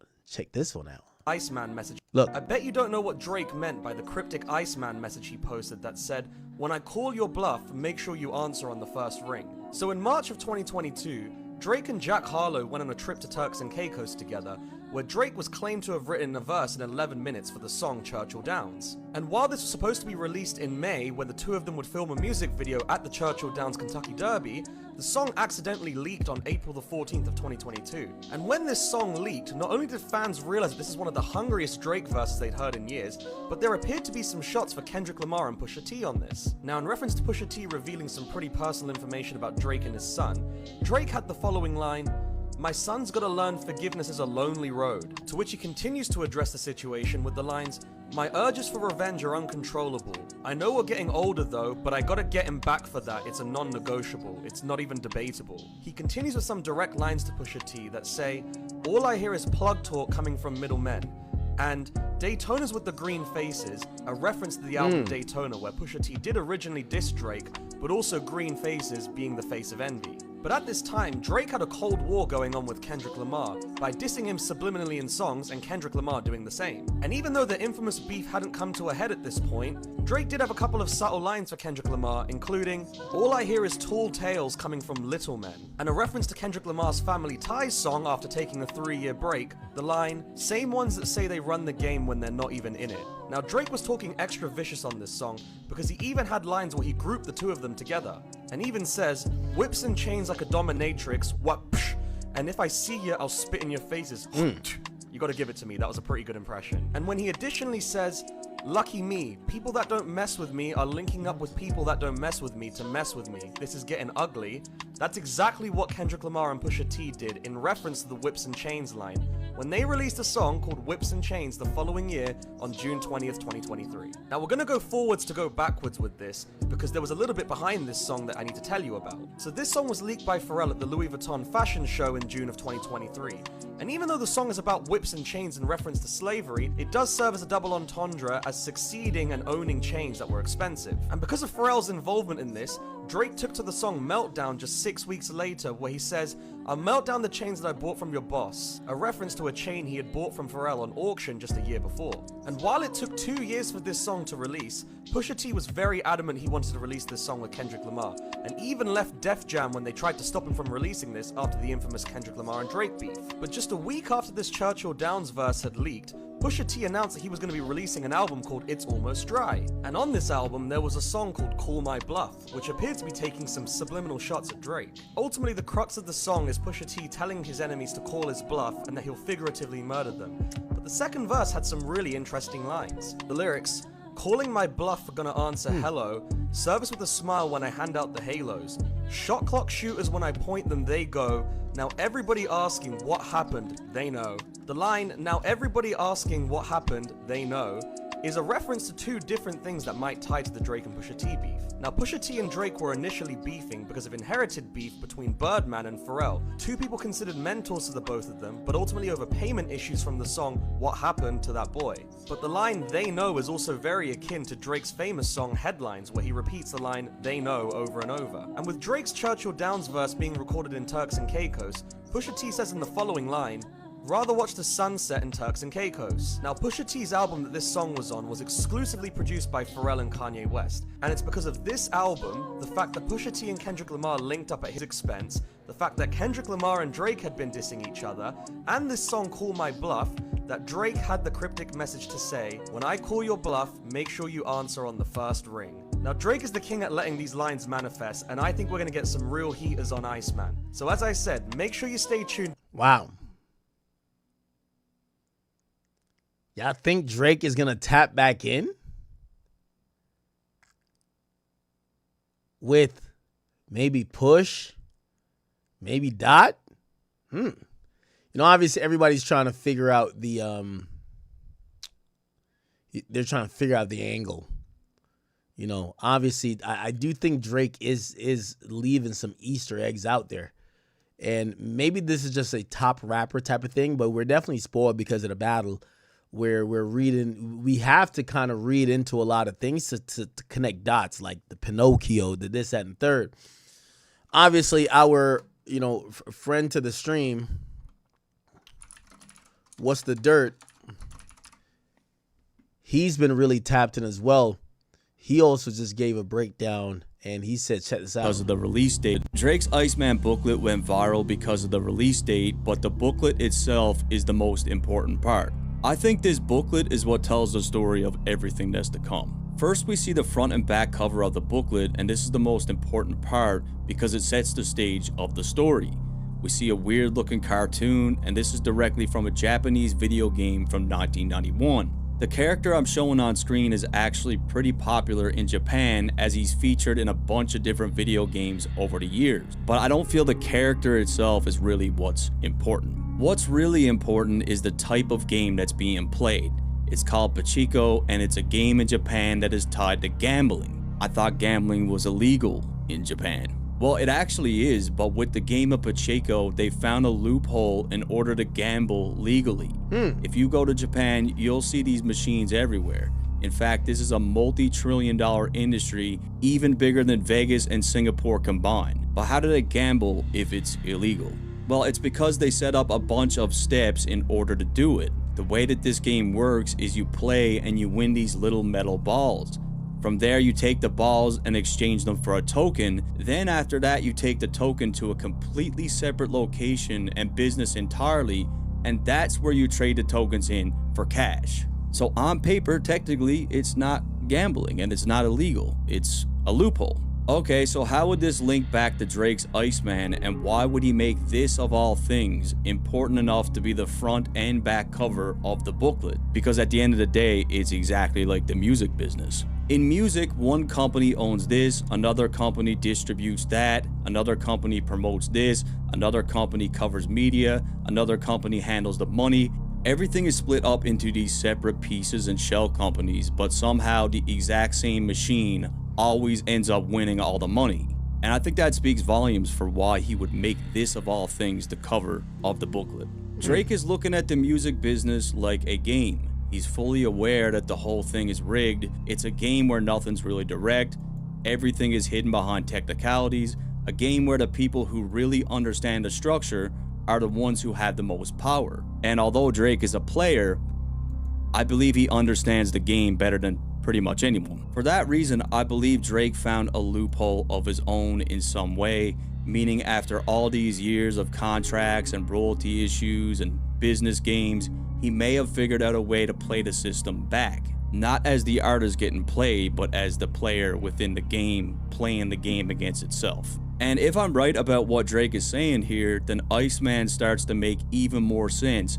And when you crack this book open, the next page is May 15th, which is not just the day Iceman drops, but the start of a chain of events that Drake has planned for a very long time. In a sense, May 15th is the start of the game. I'm going through this whole book and like breaking it all down, so check out the YouTube channel, don't miss it.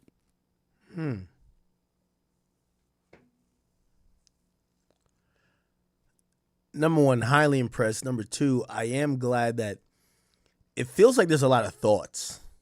There's a lot of thoughts into this.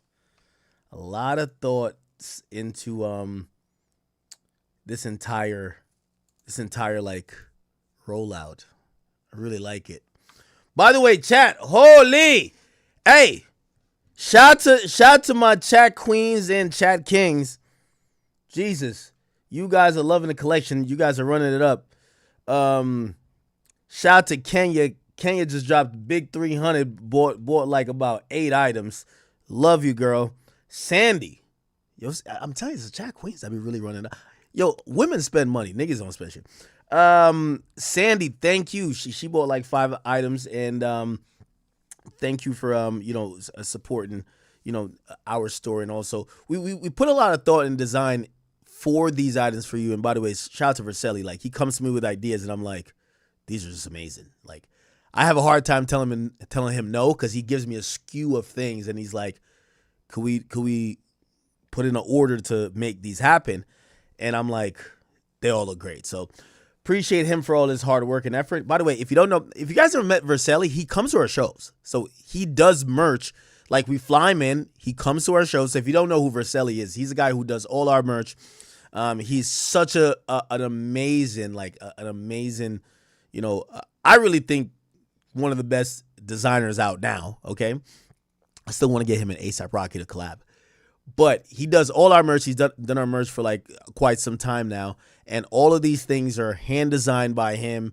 These are his concepts. Sometimes my assistant will kind of go over with him. But just that y'all know I'm not fashionably inclined like that. So I just hit approve and I just pay the tab. They'll be like, all right, we need this to make it. Yes, y'all got it. But shout out to Verselli. He does an amazing job. And if you guys ever came to our show, he's the white guy that's at the fucking at the booth where we do sell merch. So, thank you. I want to thank him for all his hard work as well. Like, he's really phenomenal. And Jiniki, am I saying your name right? Right? Thank you. You bought like 8 items as well, so thank you as well. All right. Okay. Cool. So, it looks like Iceman is gonna have a whole bunch of things. I like the fact that fans are just sitting back and we are actively engaged and wondering what it's going to be. I'm not lying. I don't have any proprietary information. I think Mealy Mall probably knows a lot more than me, because I think Drake has sent him records or played records for him. I believe Aiden heard records. Now, I've always said this process, I wanted to be a fan. I have not heard a record. And I'm fine with that. I'm hoping to be pleasantly surprised. I'll be very honest, though. I did have a conversation with Drake. I think once I reacted to Ben the Don, I had a conversation with Drake, and he was just like, no, what Ben heard wasn't the final album. And that was pretty much what he said, right? So, I was like, all right, good. Because I think I had criticism, not of Ben himself, but I was just like, yo, I don't want an album filled with a bunch of bars. Like, yes, we want bars, but you got these haters like, yo, the only way to come back, he got to just rap like 1,000,000 bars on 18 songs. He got to just have conductor beats and maybe him and Alchemist, and he got to really get on the primo beats. That's how he's nah, fuck out of here, nigga. That's what I was like, get them niggas the fuck out of here. And he basically told me, nah, it's not what it's going to be. It was like, yo, come on, you know me. This is a Drake album, and that was a good assurance. So, that's the only conversation we've had about music. I don't want to hear the songs before. I don't want to know what made the cut. I'm pretty sure maybe 1 or 2 songs maybe got leaked that he might keep. I don't know, but that's as much as I know. I know it's May 15th. We're going to have an interesting and really exciting time. Chat, we all know my birthday show is on May 15th. But we know we do the listening party on May 14th. So May 14th going into the 15th, we're going to have a listening party, and then we're going to fucking celebrate at my fucking birthday party. So shout out to my man DJ Busy. Is it Blizzy? He's going to be my DJ there. He better have all the new Drake songs, because we might have after the show, I might talk to the venue. We might just have to have a listening party at the show. Fuck out of here. You know what I mean? We got to have fun. All right. Okay, so we'll kind of spin back to that. Should we get into this TDE meltdown? There's a bunch of stuff I'm getting told TDE is spiraling. I don't know why. So TDE is spiraling. Let me see what's going on. Give me 1 second.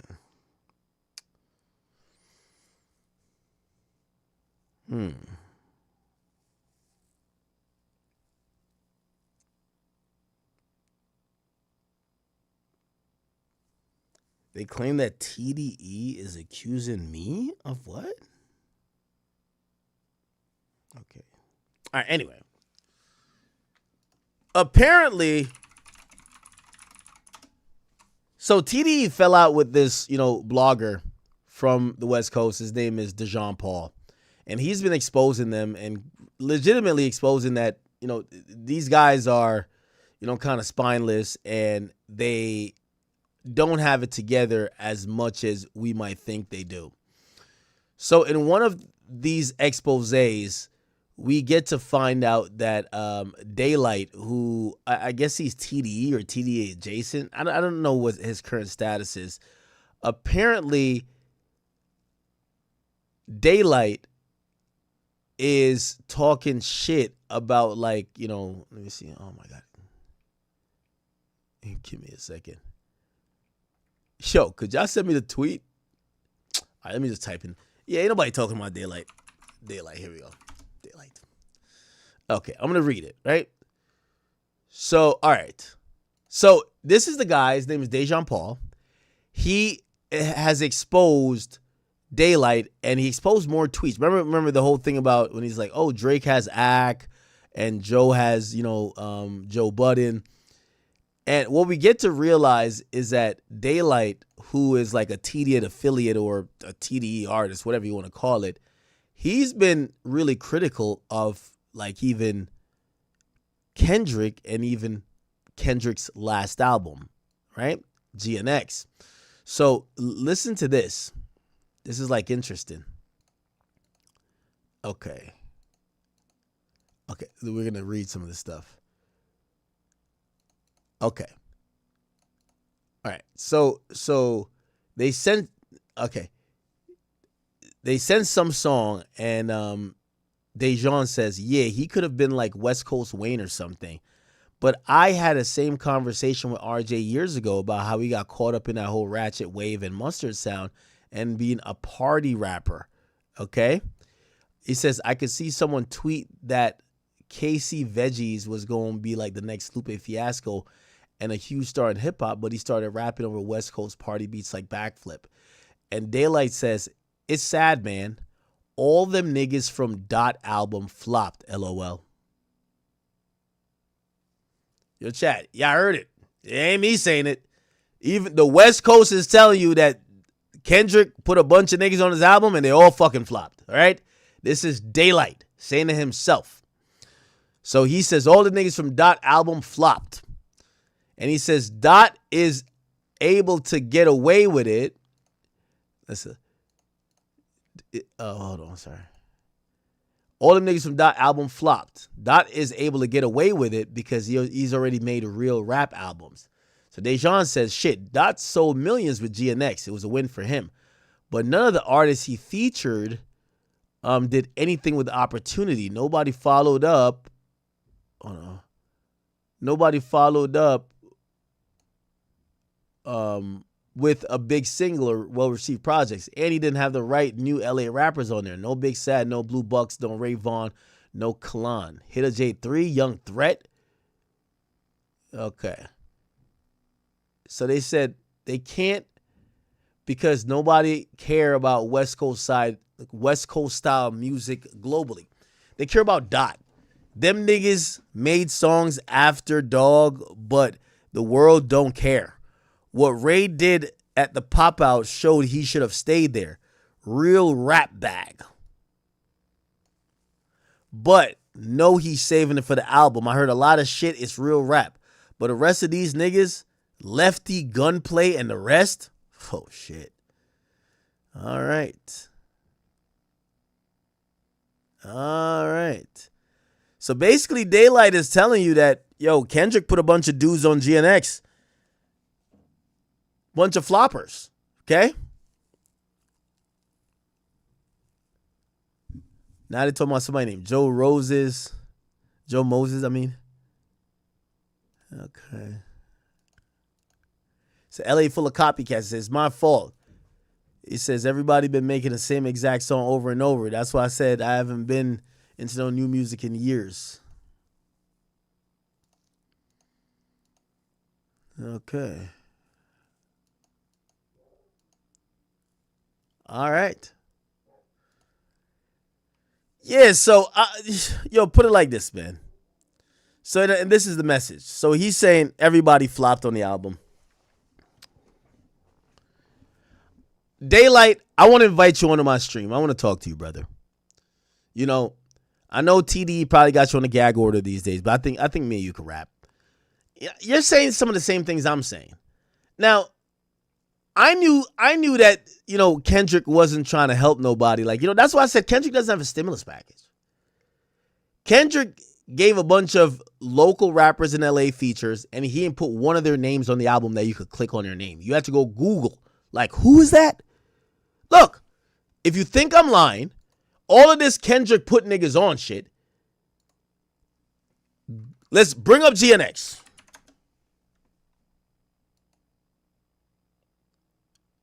Oh, they finally added the things. Before, it was just Kendrick. So you couldn't even click on these niggas' names. Now you can. Okay, I'll give him credit for that. But essentially, Kendrick was not trying to feature these niggas. When it first dropped, you couldn't know anybody other than SZA that was on the album. Like, niggas was like, yo, who's that person on TV off? And we saw it on social media. Kendrick wasn't trying to help these niggas. Kendrick was just trying to, probably pay a couple favors that he probably owed because his coast, and I've always said this, his coast helped support him during the battle. So he paid off these favors, and once he paid off the favors, he wasn't trying to help these niggas get on. What the fuck? Hell nah. Kendrick was probably working with these niggas like, yo, you niggas is trash. So after, number one, initially he didn't give them credit. It took a while for them to get credit on, the track listing. People forgot about these songs, right? Now you have people like Daylight keeping it a bean. Yo, these niggas, like Daylight really keeping it a bean. Yo, all them niggas flopped. Now, I'm glad Daylight saying it instead of me, because when I say it, they say it's hate. Oh, Act just hating. Why Act hating on the West? I'm not hating on the West, I'm just pointing out the obvious. I'm pointing out the obvious. And, so, all of them features clearly didn't help these guys. And, Daylight's even accepting it or admitting it. Them guys flopped. It is what it is, All right. Holy shit. Interesting. Dot is able to get away with it because he made real rap records. Now,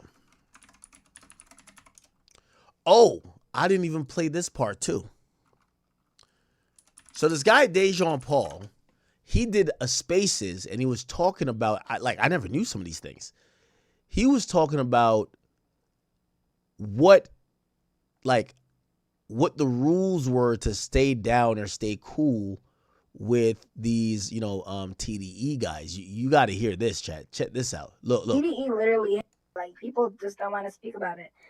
TDE literally has a $48 million sexual misconduct and doxing law. Okay, so TDE. Remember, and I went on a soliloquy recently when I did my gambling stream, but I said I think it's disgusting. Okay, that a lot of these people in music, one of the reasons why Drake was getting dogpiled upon is that people were soapboxing. What Kendrick Lamar did to this music game, he soapboxed. His fans radicalized into woke liberal soapboxers who are basically saying we are of higher moral than them. They actually try to label everybody who liked Drake as some type of degenerate or a creep or some type of sexual deviant or flat out PDFs and rapist. That's what they literally did. And I find it's abhorrent. It's, deplorable that I'm seeing some of those people who 2 years ago were trying to even go down these realms of argue about people's actual, does this guy really like kids? Like that, they were really arguing that. Oh, this guy is weird. He has a weird case. Now, they were all just marching to the beat of Kendrick Lamar's drum. Kendrick was just trying to win a rap battle. And that's another thing, it's a gripe that I have with Kendrick because I think he allowed the atmosphere to go like that without him reining it in, right? Just like how people think that Drake didn't rein in certain shit. Kendrick didn't rein in his batshit crazy fans and also some of his comrades who literally were starting to act like Drake was a pedophile. That would act like, oh, these other people who like Drake, they are rapists. They're this, they're that. And this is why when I see these guys now saying they're all doing the apology tour. Oh, well, I never disliked Drake. He just lost the battle. But I'm ready to hear Iceman. How are you in good faith now saying you're down to listen to music from what you called a pedophile? You should stop listening, period. You shouldn't be here. You shouldn't be talking about this. You are an enabler. If you 2 years ago were running up these theories about niggas liking kids and this is weird case, if you're the weird case pusher, if you say anything about music from Drake or for anything with this movement, you are a fucking enabler and you're just as fucking creepy as the people you accuse of, or actually falsely accused of doing that. How the fuck are these guys honestly live with themselves for 2 years, call people falsely pedophiles, say he has a weird case, this guy's a creep, and now they could just come around and say, well, you know what? It's been 2 years. You know what? I just want to hear what he got to say on the album. Why? You should be pushing for jail. You should say all the weird case guys, let's get him in jail. It's not music time for you. If an album gets you to be distracted from your pedophilic hunt, you're fucking weird. That's actually a thing. I've seen actual music and media commentators actually act like Drake was a pedophile. And now they're ready to hear music. How? Like, what? But you get to realize it's the woke mentality of let's throw anything at somebody trying to get them canceled. But once you can't cancel them, let's just act like you never tried to cancel them in the first place. That's disgusting. Because those people should be exposed because they don't have, they're men without countries. And really, they're just bitches. Because if I really think that, niggas, with all the stuff that Kendrick said about Drake, if you believed any of that, you shouldn't be talking about Iceman, period. You should be talking about jail. Like, if you believed anything in Not Like Us and you're like, all right, man, I can't wait till Iceman drops, you're the weirdo. You should be saying, so when is the DOJ going to drop the pedophile charge? That's what you should be saying. But you get to realize these guys, they were all coping. They were capping. When they couldn't hate on the guy successfully, they flip. Oh, okay, I never really hated him. I'm watching everybody apologize. Oh, I didn't really hate him like that. No. It's just because I'm not a stan. That's why they thought I hated him. No, you called him a pedophile, dummy. All of y'all. Y'all said he was a PDF. Y'all said he was a weirdo. Y'all said he had friends with weird cases. He surrounds himself with weirdos. And now you want to hear his music. How does that fucking work? Y'all go over there and go find your FBI files to go put a case on somebody. Because if I legit thought a nigga was literally a PDF or he hangs out with a bunch of niggas with weird cases, I would dedicate my life to go expose that person, not anticipate their next fucking album.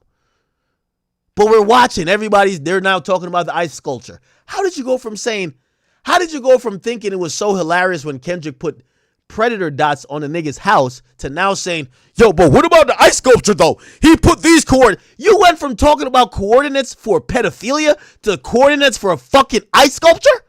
What the fuck is going on? That's not weird to none of y'all?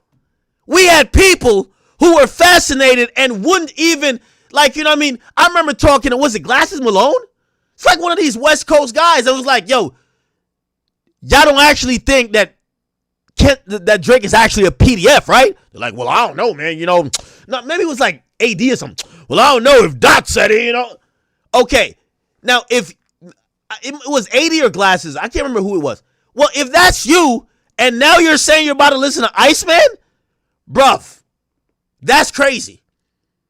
You are unsure that this guy is a pedophile, but you're now ready for his new album. Nigga, that don't sound crazy to y'all?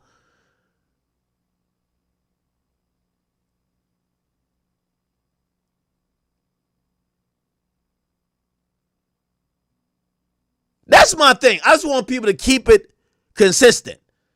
Everybody who said that they believed anything would not like us, that he's a certified PDF, brother, Iceman it should not be in your list.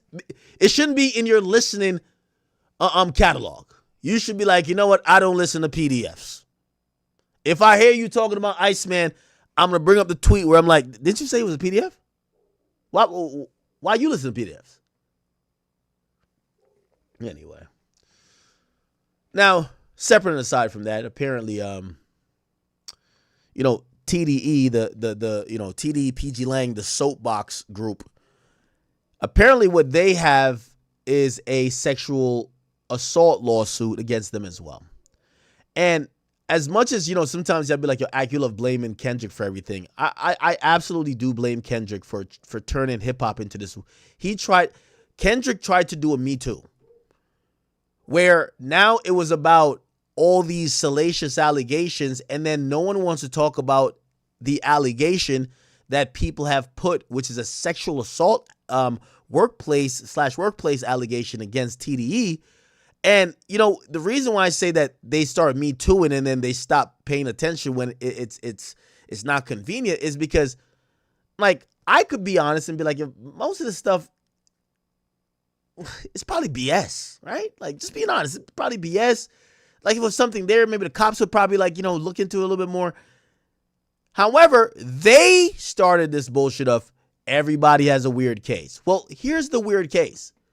TDE has a company-wide sexual assault lawsuit, right? Speaking of weird case, and DeJean speaks about how this was handled internally, where they were pretty much instructed, hey, you could talk about Baca's weird case, you could talk about the weird cases with anybody around Drake, but you can't talk about TDE's weird case. Huh?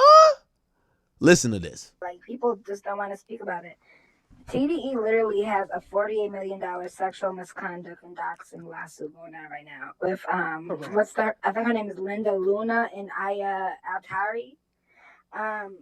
Nobody wants to speak on it. Nobody wants to talk about it. Punch is pushing it under the rug.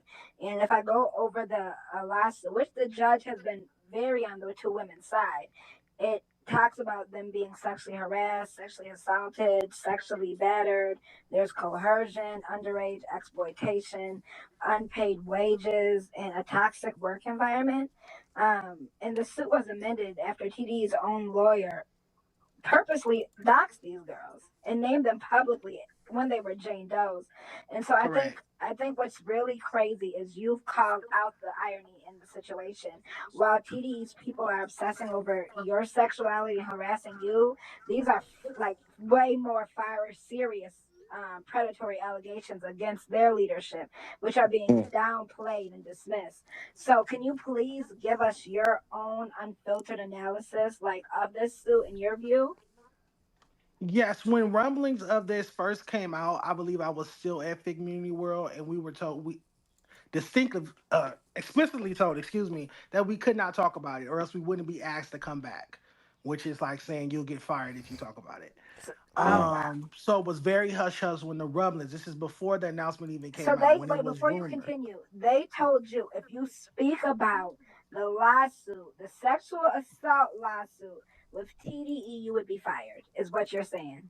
I was told we wouldn't be invited back to the platform. So you would be you would be fired. That's crazy. They hushed y'all niggas up like that. They said, okay. Think about it. TDE literally.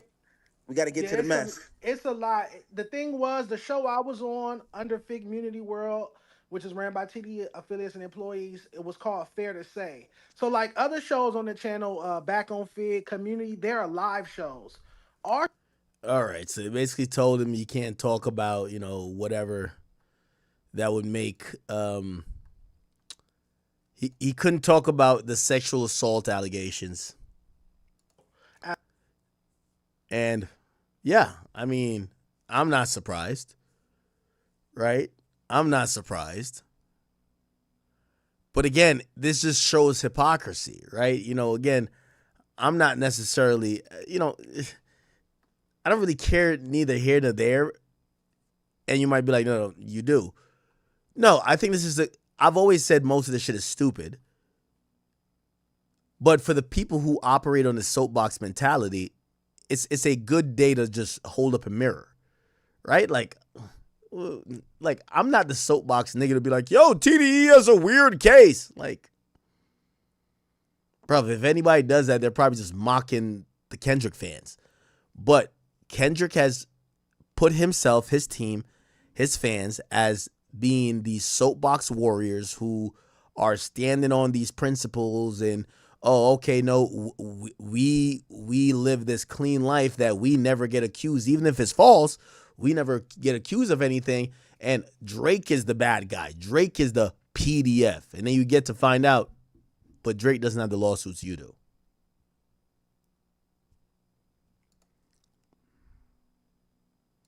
Crazy. Phoenix, Arizona, or he started asking me what part of LA I'm from, how long I've been doing this. We had such a great conversation, only for him to turn around last night and apologize to his homies / employees for communicating with me. I just thought it was two-faced and cowardice. Okay. So we do have breaking news here for you. I don't want to kind of throw you aloof, but we do have some breaking news. I guess Daylight kind of responded to you and then deleted the post. Did you get a chance to read it? I didn't read it, but I saved it really quickly because we were about to start the live. Okay. It's going to continue to sell records. I think certain New York rappers are going to continue. Hope you get the justice that you're seeking for. And thank you. The question that I have for you, Dejon, is when it comes to Kendrick being post TD and PG Lang and things of that nature, how do you feel when you see his fans try not to associate with TDE when there's ever bad things like these? Okay. On that? I mean, if something is like actually proven or brought against him legally or just like proven out there in the open, then I will comment on that. Obviously, growing up in hip hop, a student in hip hop, you always heard the Foxy Brown Jay-Z narrative. But I mean, she came out and said that. Now, I know we touched on it a little bit, and you mentioned something about freedom of speech, right? But that aside, how do you feel on what was said to Nicki Minaj? There's no facts. It's not conspiracy. No, like okay, no. Unfair to say, and then I got in somebody's car at Fig Community and they drove me to Heather's warehouse where we did the episode of Back on Fig. That was the end of it. So I don't have the address. I don't know how to get there. All I know is I get on the freeway and head north. I don't know what exit to get off on, how to turn, where the building is, any of that. I don't have some photogenic memory. I'm not a delivery driver. Okay. Maybe you do DoorDash or Uber. Shutting that shit down. Going on. But this is a nigga that's actually at the camp. I like how he said that Joe Budden was a casualty of war because he didn't try to wake it up on Joe Budden was a promo guy for them, but it is what it is. So I'm about to. Has Joe responded to that? I'm highly skeptical. Like, I don't know. Like Phoenix, Arizona, or Tucson. I was told if you keep saying that, you won't be allowed back. And then if I said it on Fair to Say, again, my show's not live. So the only time I got to get that off was when I was on one of them live shows. But the show I was on 3 times a week was not live. So they would just edit my response out. So it looks like I'm just getting bombarded and not defending myself. But I am defending myself. They're just editing out the show. Damn. I'm not gonna lie, that's nasty work. It's that TDE work, man. So I'm here. I gotta tap in because Punch got me blocked. I've been dragging him completely for over probably a year now.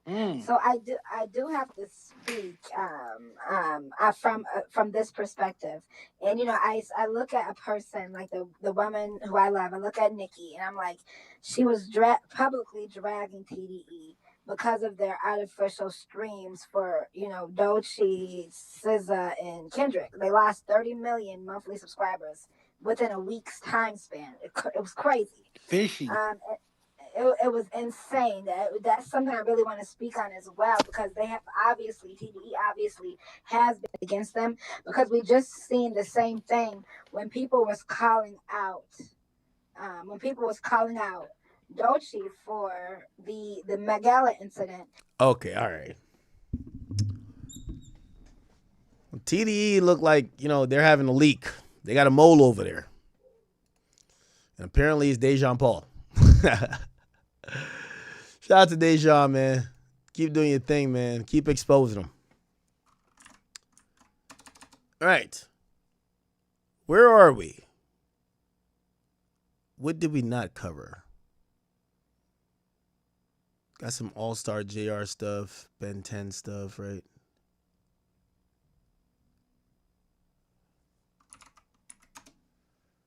Okay.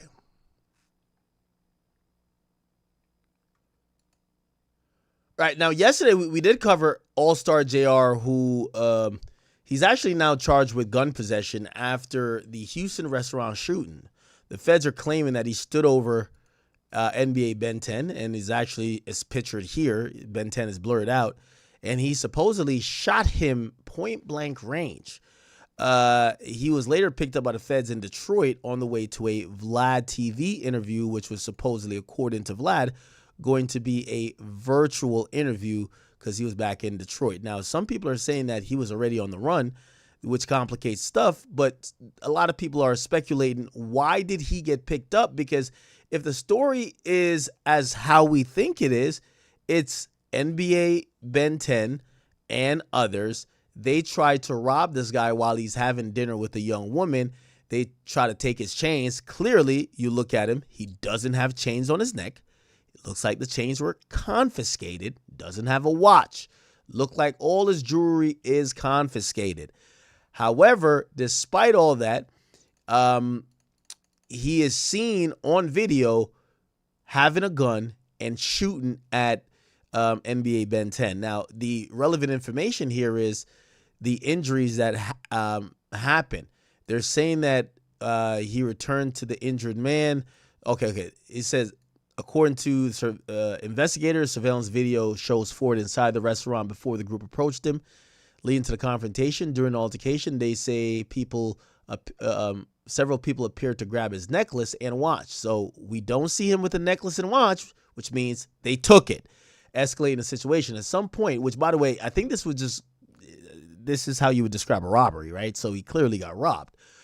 At some point, a handgun fell to the floor during the fight. Investigators say Ford picked it up and began firing as people ran.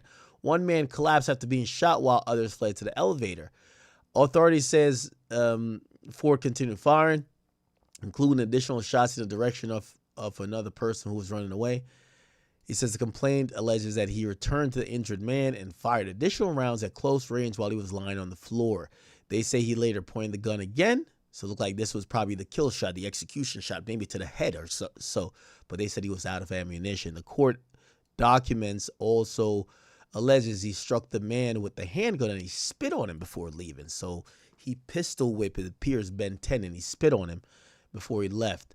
Authorities said a third person believed to be a bystander was also shot but suffered non-life-threatening injuries. Hospital officials told investigators that one of the injured victims had his finger amputated due to a gunshot wound. So somebody got their finger shot off. And he suffered severe leg injuries. And said another victim, as of April 15th, did not have feeling in his leg. Jeremy Ford actually fled the scene in a white Cadillac Escalade before the officers arrived, which leads people to believe that he never spoke to police. And that's why people are saying that's why he's getting charged, because if you did, granted, he shouldn't have a gun because he's the felon, but if you defended yourself and, this happened in Houston, part of Houston's stand your ground law is, it's an interesting thing where, yes, you're not supposed to pick up a gun or not have a possession of a gun, but if it's seen under I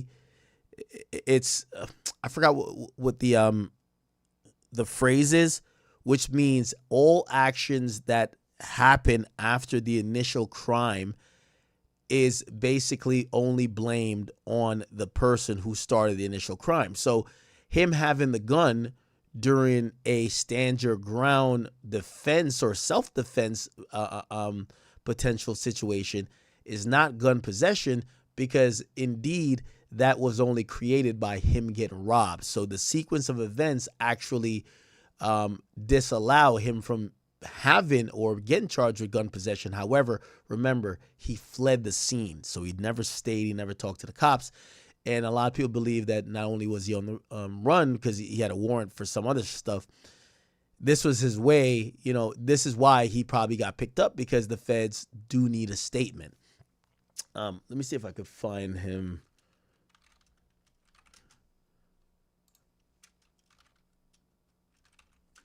Let's see if I can find him on the inmate lookup.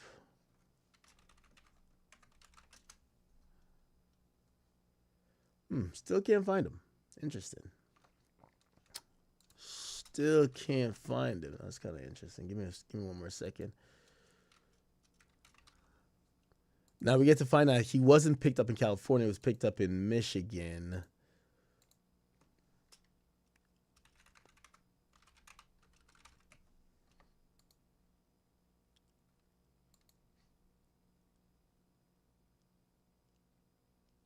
Yeah. Okay, we did find him. Okay. We did find him, chat.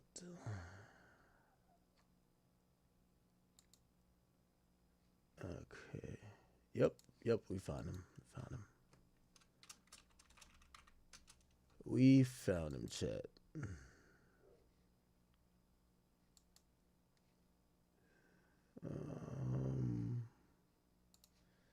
Give me 1 second. I'm going to put it on the screen in 1 second.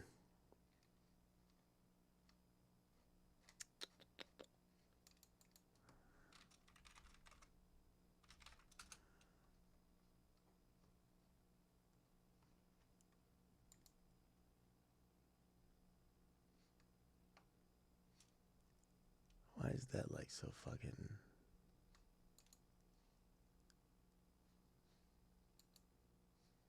Give me 1 second.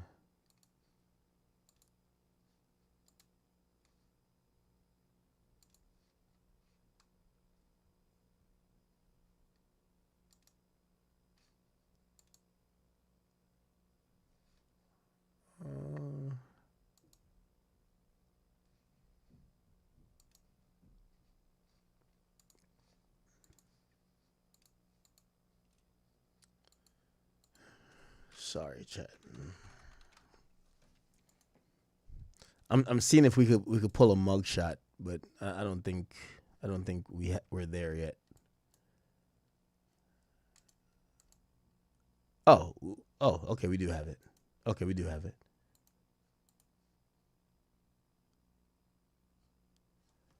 Yeah. So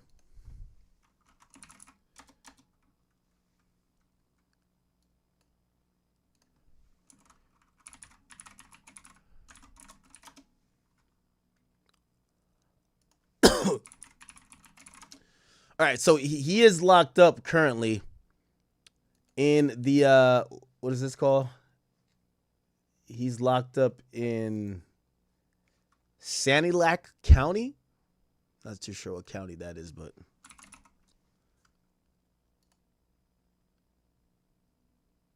give me 1 second. It's gonna pop up here in a second.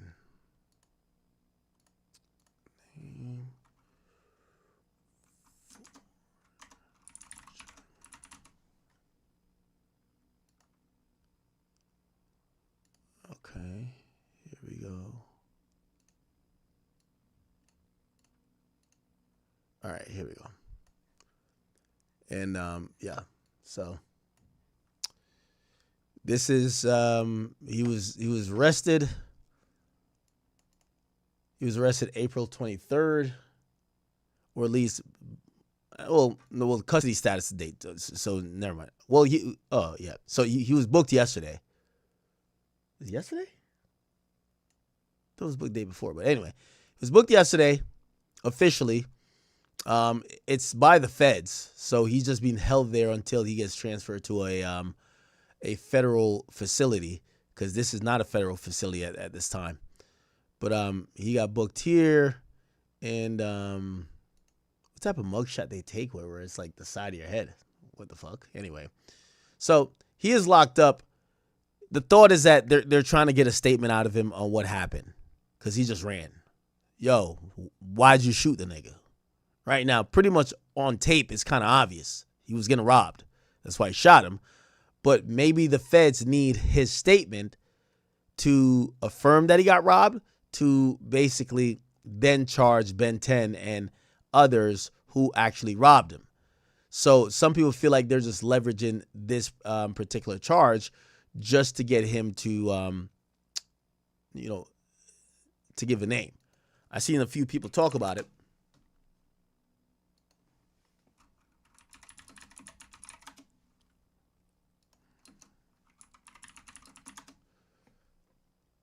I've seen a few people.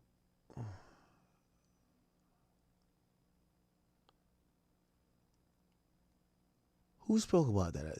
There was somebody who spoke about it. It was like basically, yo, he's literally getting charged that he could give a statement that gets the other guys locked up.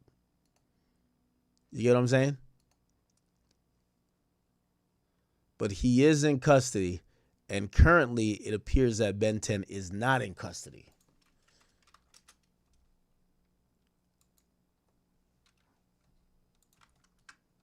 Hold on. Allstar Jam.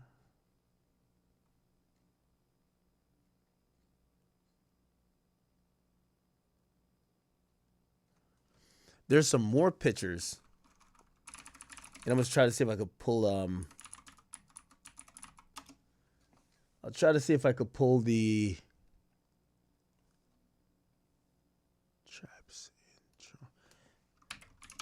actual not indictments, a complaint at this point. But it looked like that boy was getting busy with that gun, man. I want to show you. Oh, I think Finesse 2 times said it. Here we go. I heard that the Allstar Junior nigga got locked. The Fed for a pistol case. I'm gonna be real though. He gonna beat that shit.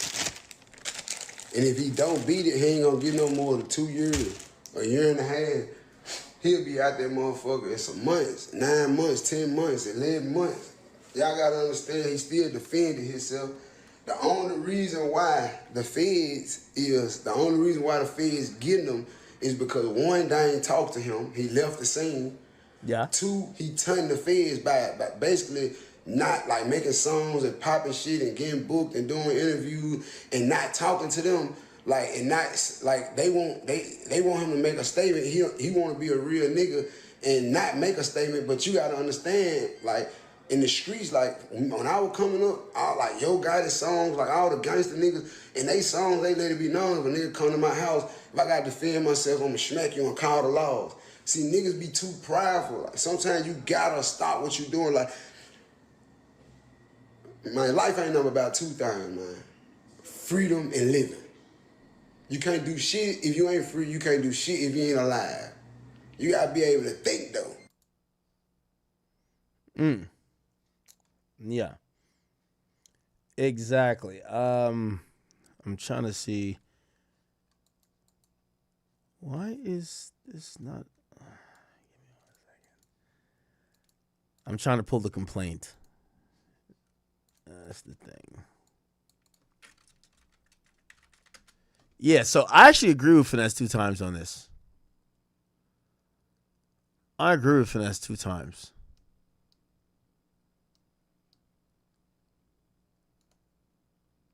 So I think they're leveraging that for him to give a statement. And now everyone thinks the statement is on some Gucci Man shit. Like, oh, he robbed me. Or these are the guys who beat me up. I think all they need him to say is that I was being attacked. I don't know the guys who did it. Now, granted, his music is kind of pointing like do the Ben10. Like, I get that. That's kind of like already identifying who it is. But I think he could just tell the feds, just like I think Gucci could have just told the police, hey, yeah, somebody did something and stole my chain. And, you know, supposedly this is the loophole to not being called a snitch.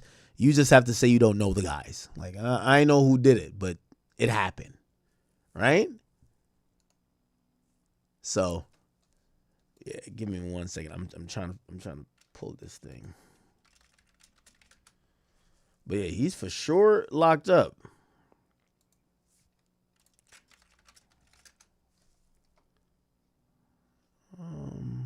Give me 1 second.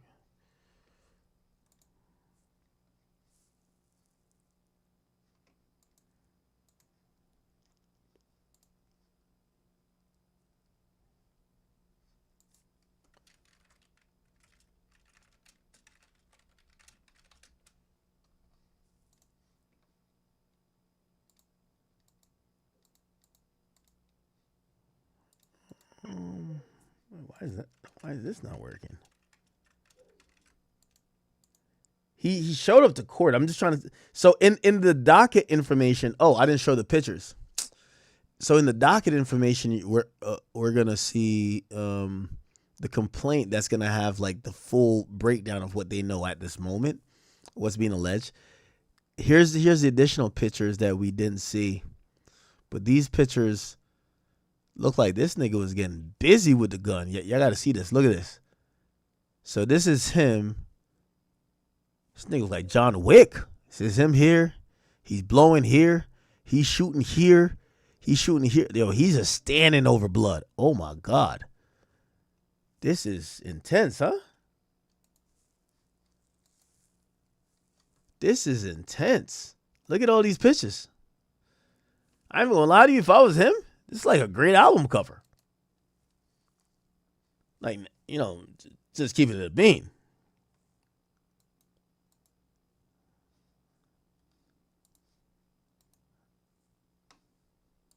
Give me 1 second. I'm trying to pull this thing. Why can't I find this?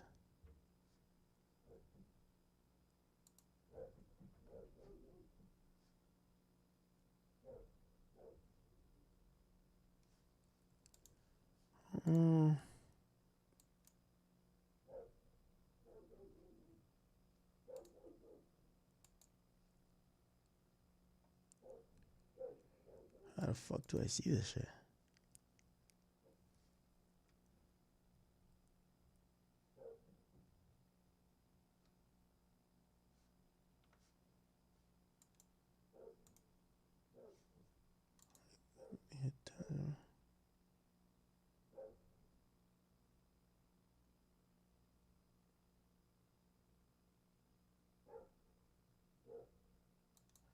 My bad, chat. Like, I know you're probably like, what am I doing? I'm trying to like get this fucking thing, but this thing is like, how the fuck does this work?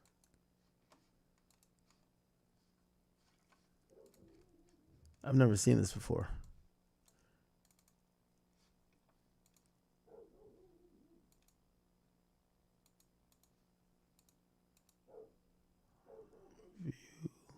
All right, I don't know.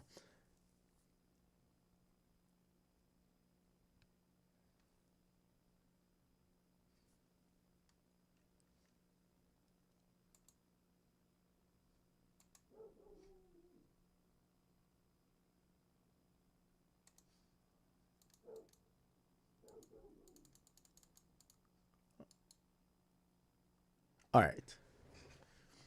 right, my bad, chat. So there's like audio. I'm trying to play. There's like audio of the court shit. That's what I'm trying to play. But like I can't, for whatever reason, it's just not letting me play it. So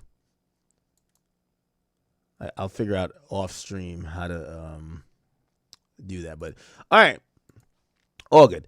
So he's locked up. I think people feel like these charges aren't going to stick.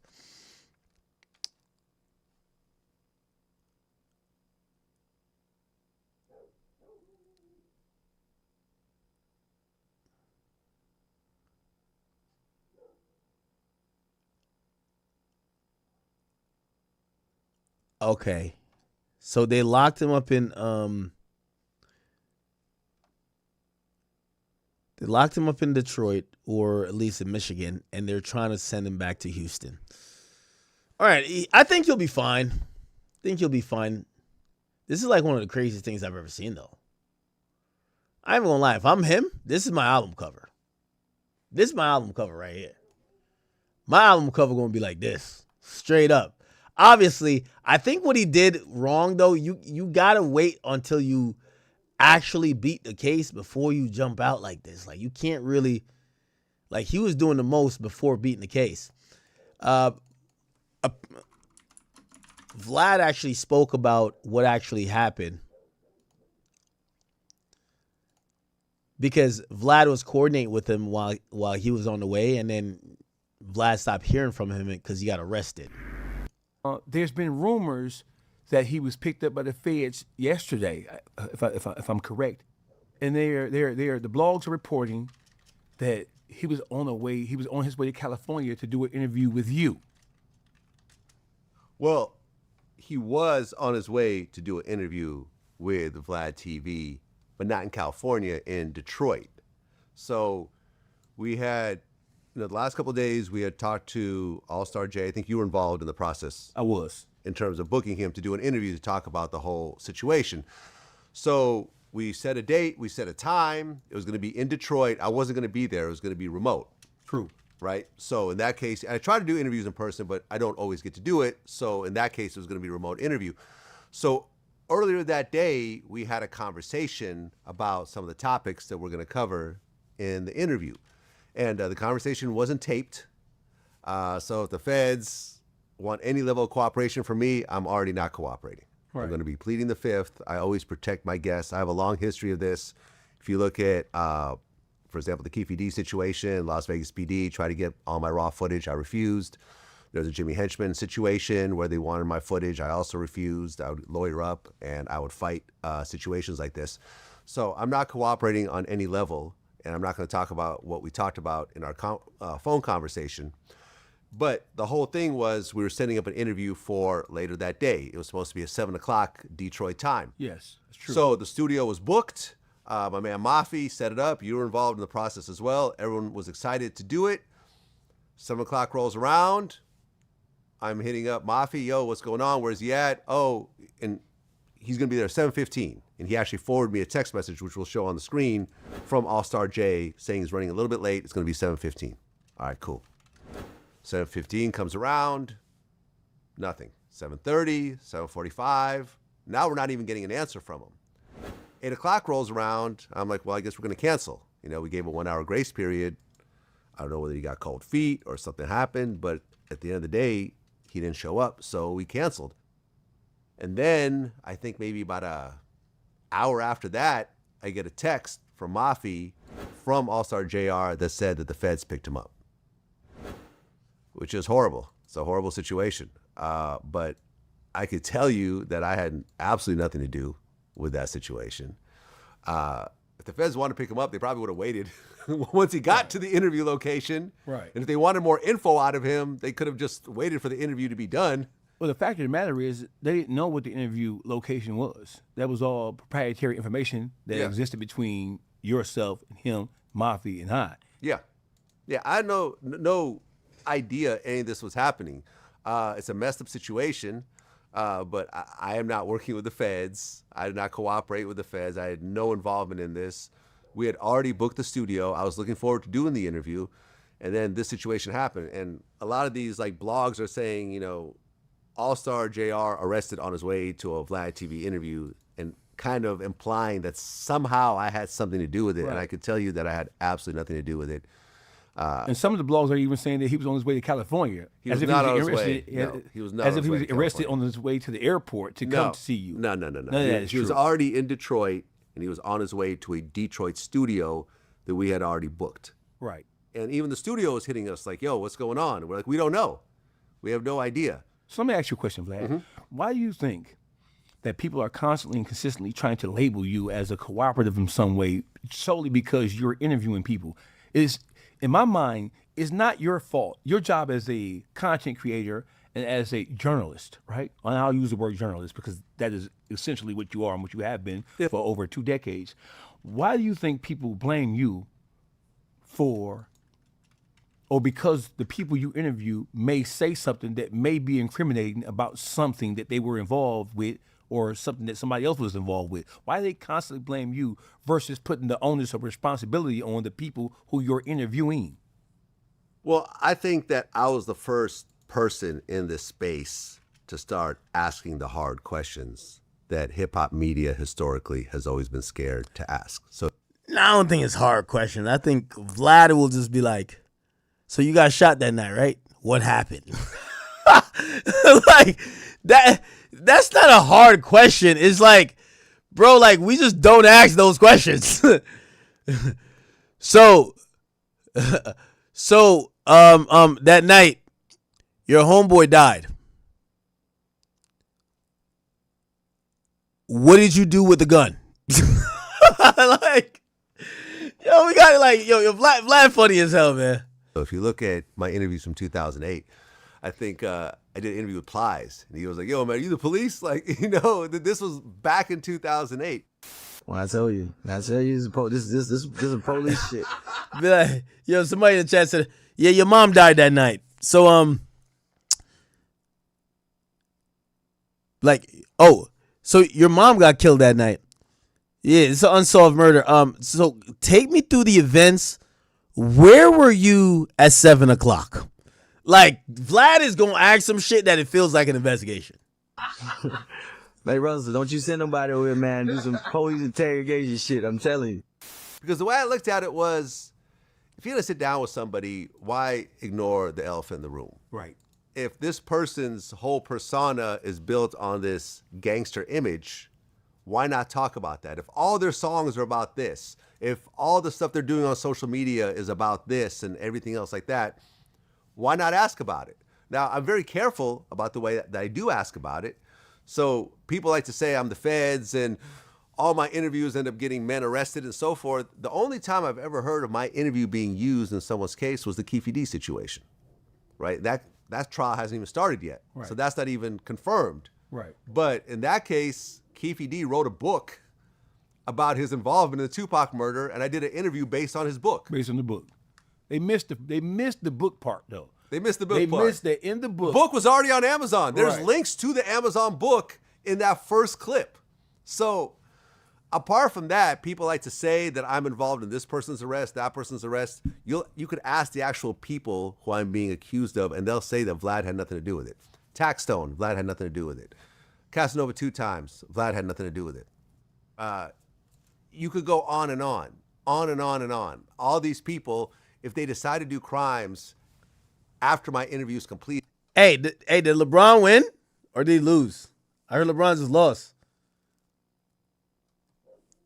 Yeah, I ain't gonna lie. Yo, can we put the game on? I know, it's Friday night, chat. Just like, bro, I don't want to hear about this other shit. Yo, does LeBron lose? Can we watch? Like, why can't I just watch the fucking game? Where can I watch the game at, chat? Give me a link. It's overtime?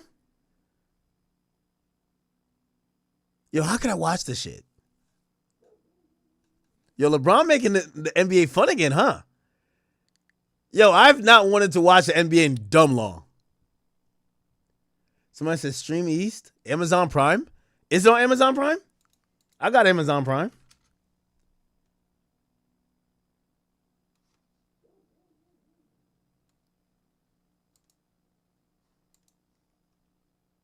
Is it really?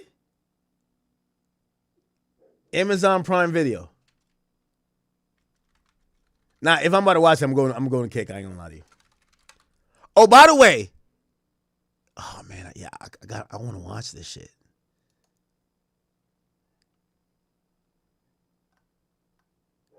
Yo, what type of steroids is LeBron on, bro? This nigga's like mad lit now.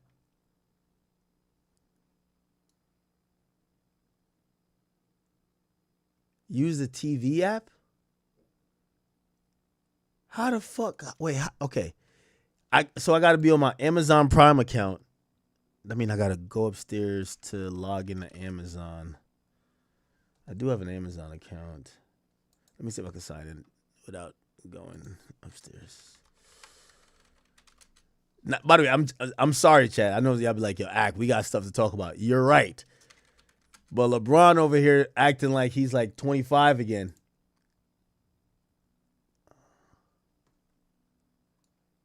Yo, y'all sure it's on Amazon Prime? Brown got all this other extra shit. It's on Prime. Y'all promise me it's on Prime. All right, if it's on Prime, hold on. I'm about to log in on Prime. Damn, I gotta go get my other phone. Fuck. All right. Or if they had done them before the interview was done, which we did not discuss on any level, because I'll talk about someone going to prison and doing their time because you've earned the right to talk about that crime based on the amount of life you've given up in that jail cell. Right. That's it. There's no double jeopardy in America. Right. You can't be. They can't say, well, you talked about it again, so we're going to give you another 10 years. Right. No, you did your 10 years. Now you could talk about it. If it's past the statute of limitations, you could talk about it. If you talk about being a gang member when you were 18 and you're 40 now. Right.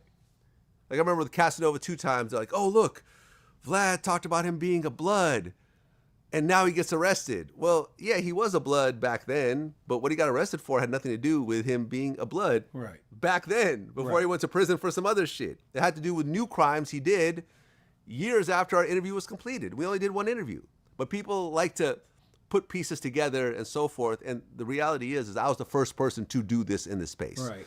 Now it's very common. You have the Traplo Rosses of the world, and you have the No Jumpers, and you have, podcasts that just focus on crimes. Right. So now it's common, but I was really the originator, so I think I take the most heat.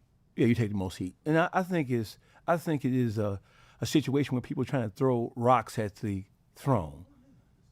They know that in order to get to where they want to be, they have to go through Vlad TV, and that's probably, most likely, never going to happen. Well, there's always going to be someone that's going to overtake you in one way or another. Yeah. And there's lots of great podcasts out there. I like that you're being, you're being like relatively polite. Well, it's not that I'm being polite. Like, I embrace these new generations. Right. Like, I've never been the hater in this space that tries to belittle everyone else and tries to stunt on the next generation. Like, ask Charlemagne. I was the first person to put him on a mixtape when he was still local in South Carolina. Before Wendy Williams found him, before he had the Breakfast Club. Like, I was seeing the talent in Charlemagne and featuring it on bigger platforms. Traplo Ross, Academics, Adam 22, Sean Cotton. All these guys I've featured on my show. All these guys I have relationships with. All these guys, we talk to each other and compare information. Wait, I thought y'all said it's on Amazon. Oh, it's Amazon Video or something? Man, how the fuck do I watch this LeBron game? Yo, y'all played with me, man. So watch live with Prime.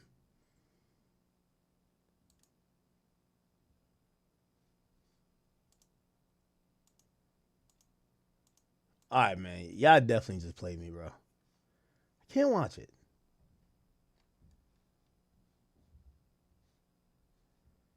Yo, do people actually watch TV these days?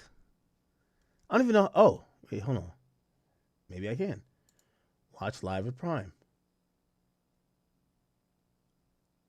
Oh, I got a business account. Prime Video is unavailable with a business account. All right, man. Enough. No, I have a business account. Like, all my accounts are business accounts. So, they're saying that you have to have a regular Prime account. All right, they're just hating on me. Fuck it. All right, whatever.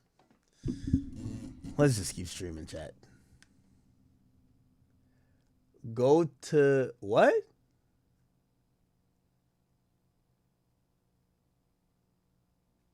Yeah, I know. I'm on Prime Video, but I have a business account. So I have Amazon Business. I don't have it uses Prime for shipping, but it's Amazon Business. Niggas say go on Stream East. Didn't LeBron get Stream East taken down? Y'all are the worst. Is that shit even going on still? Yeah, Lakers already down. Nah, actually, we about to go watch that shit. I ain't gonna lie. Hey, yo, come over to Kick. Come over to Kick. Come over to Kick. I'll come back on YouTube after, but come over to Kick. We about to watch this shit. I ain't gonna lie to you. We about to watch this shit. Word up.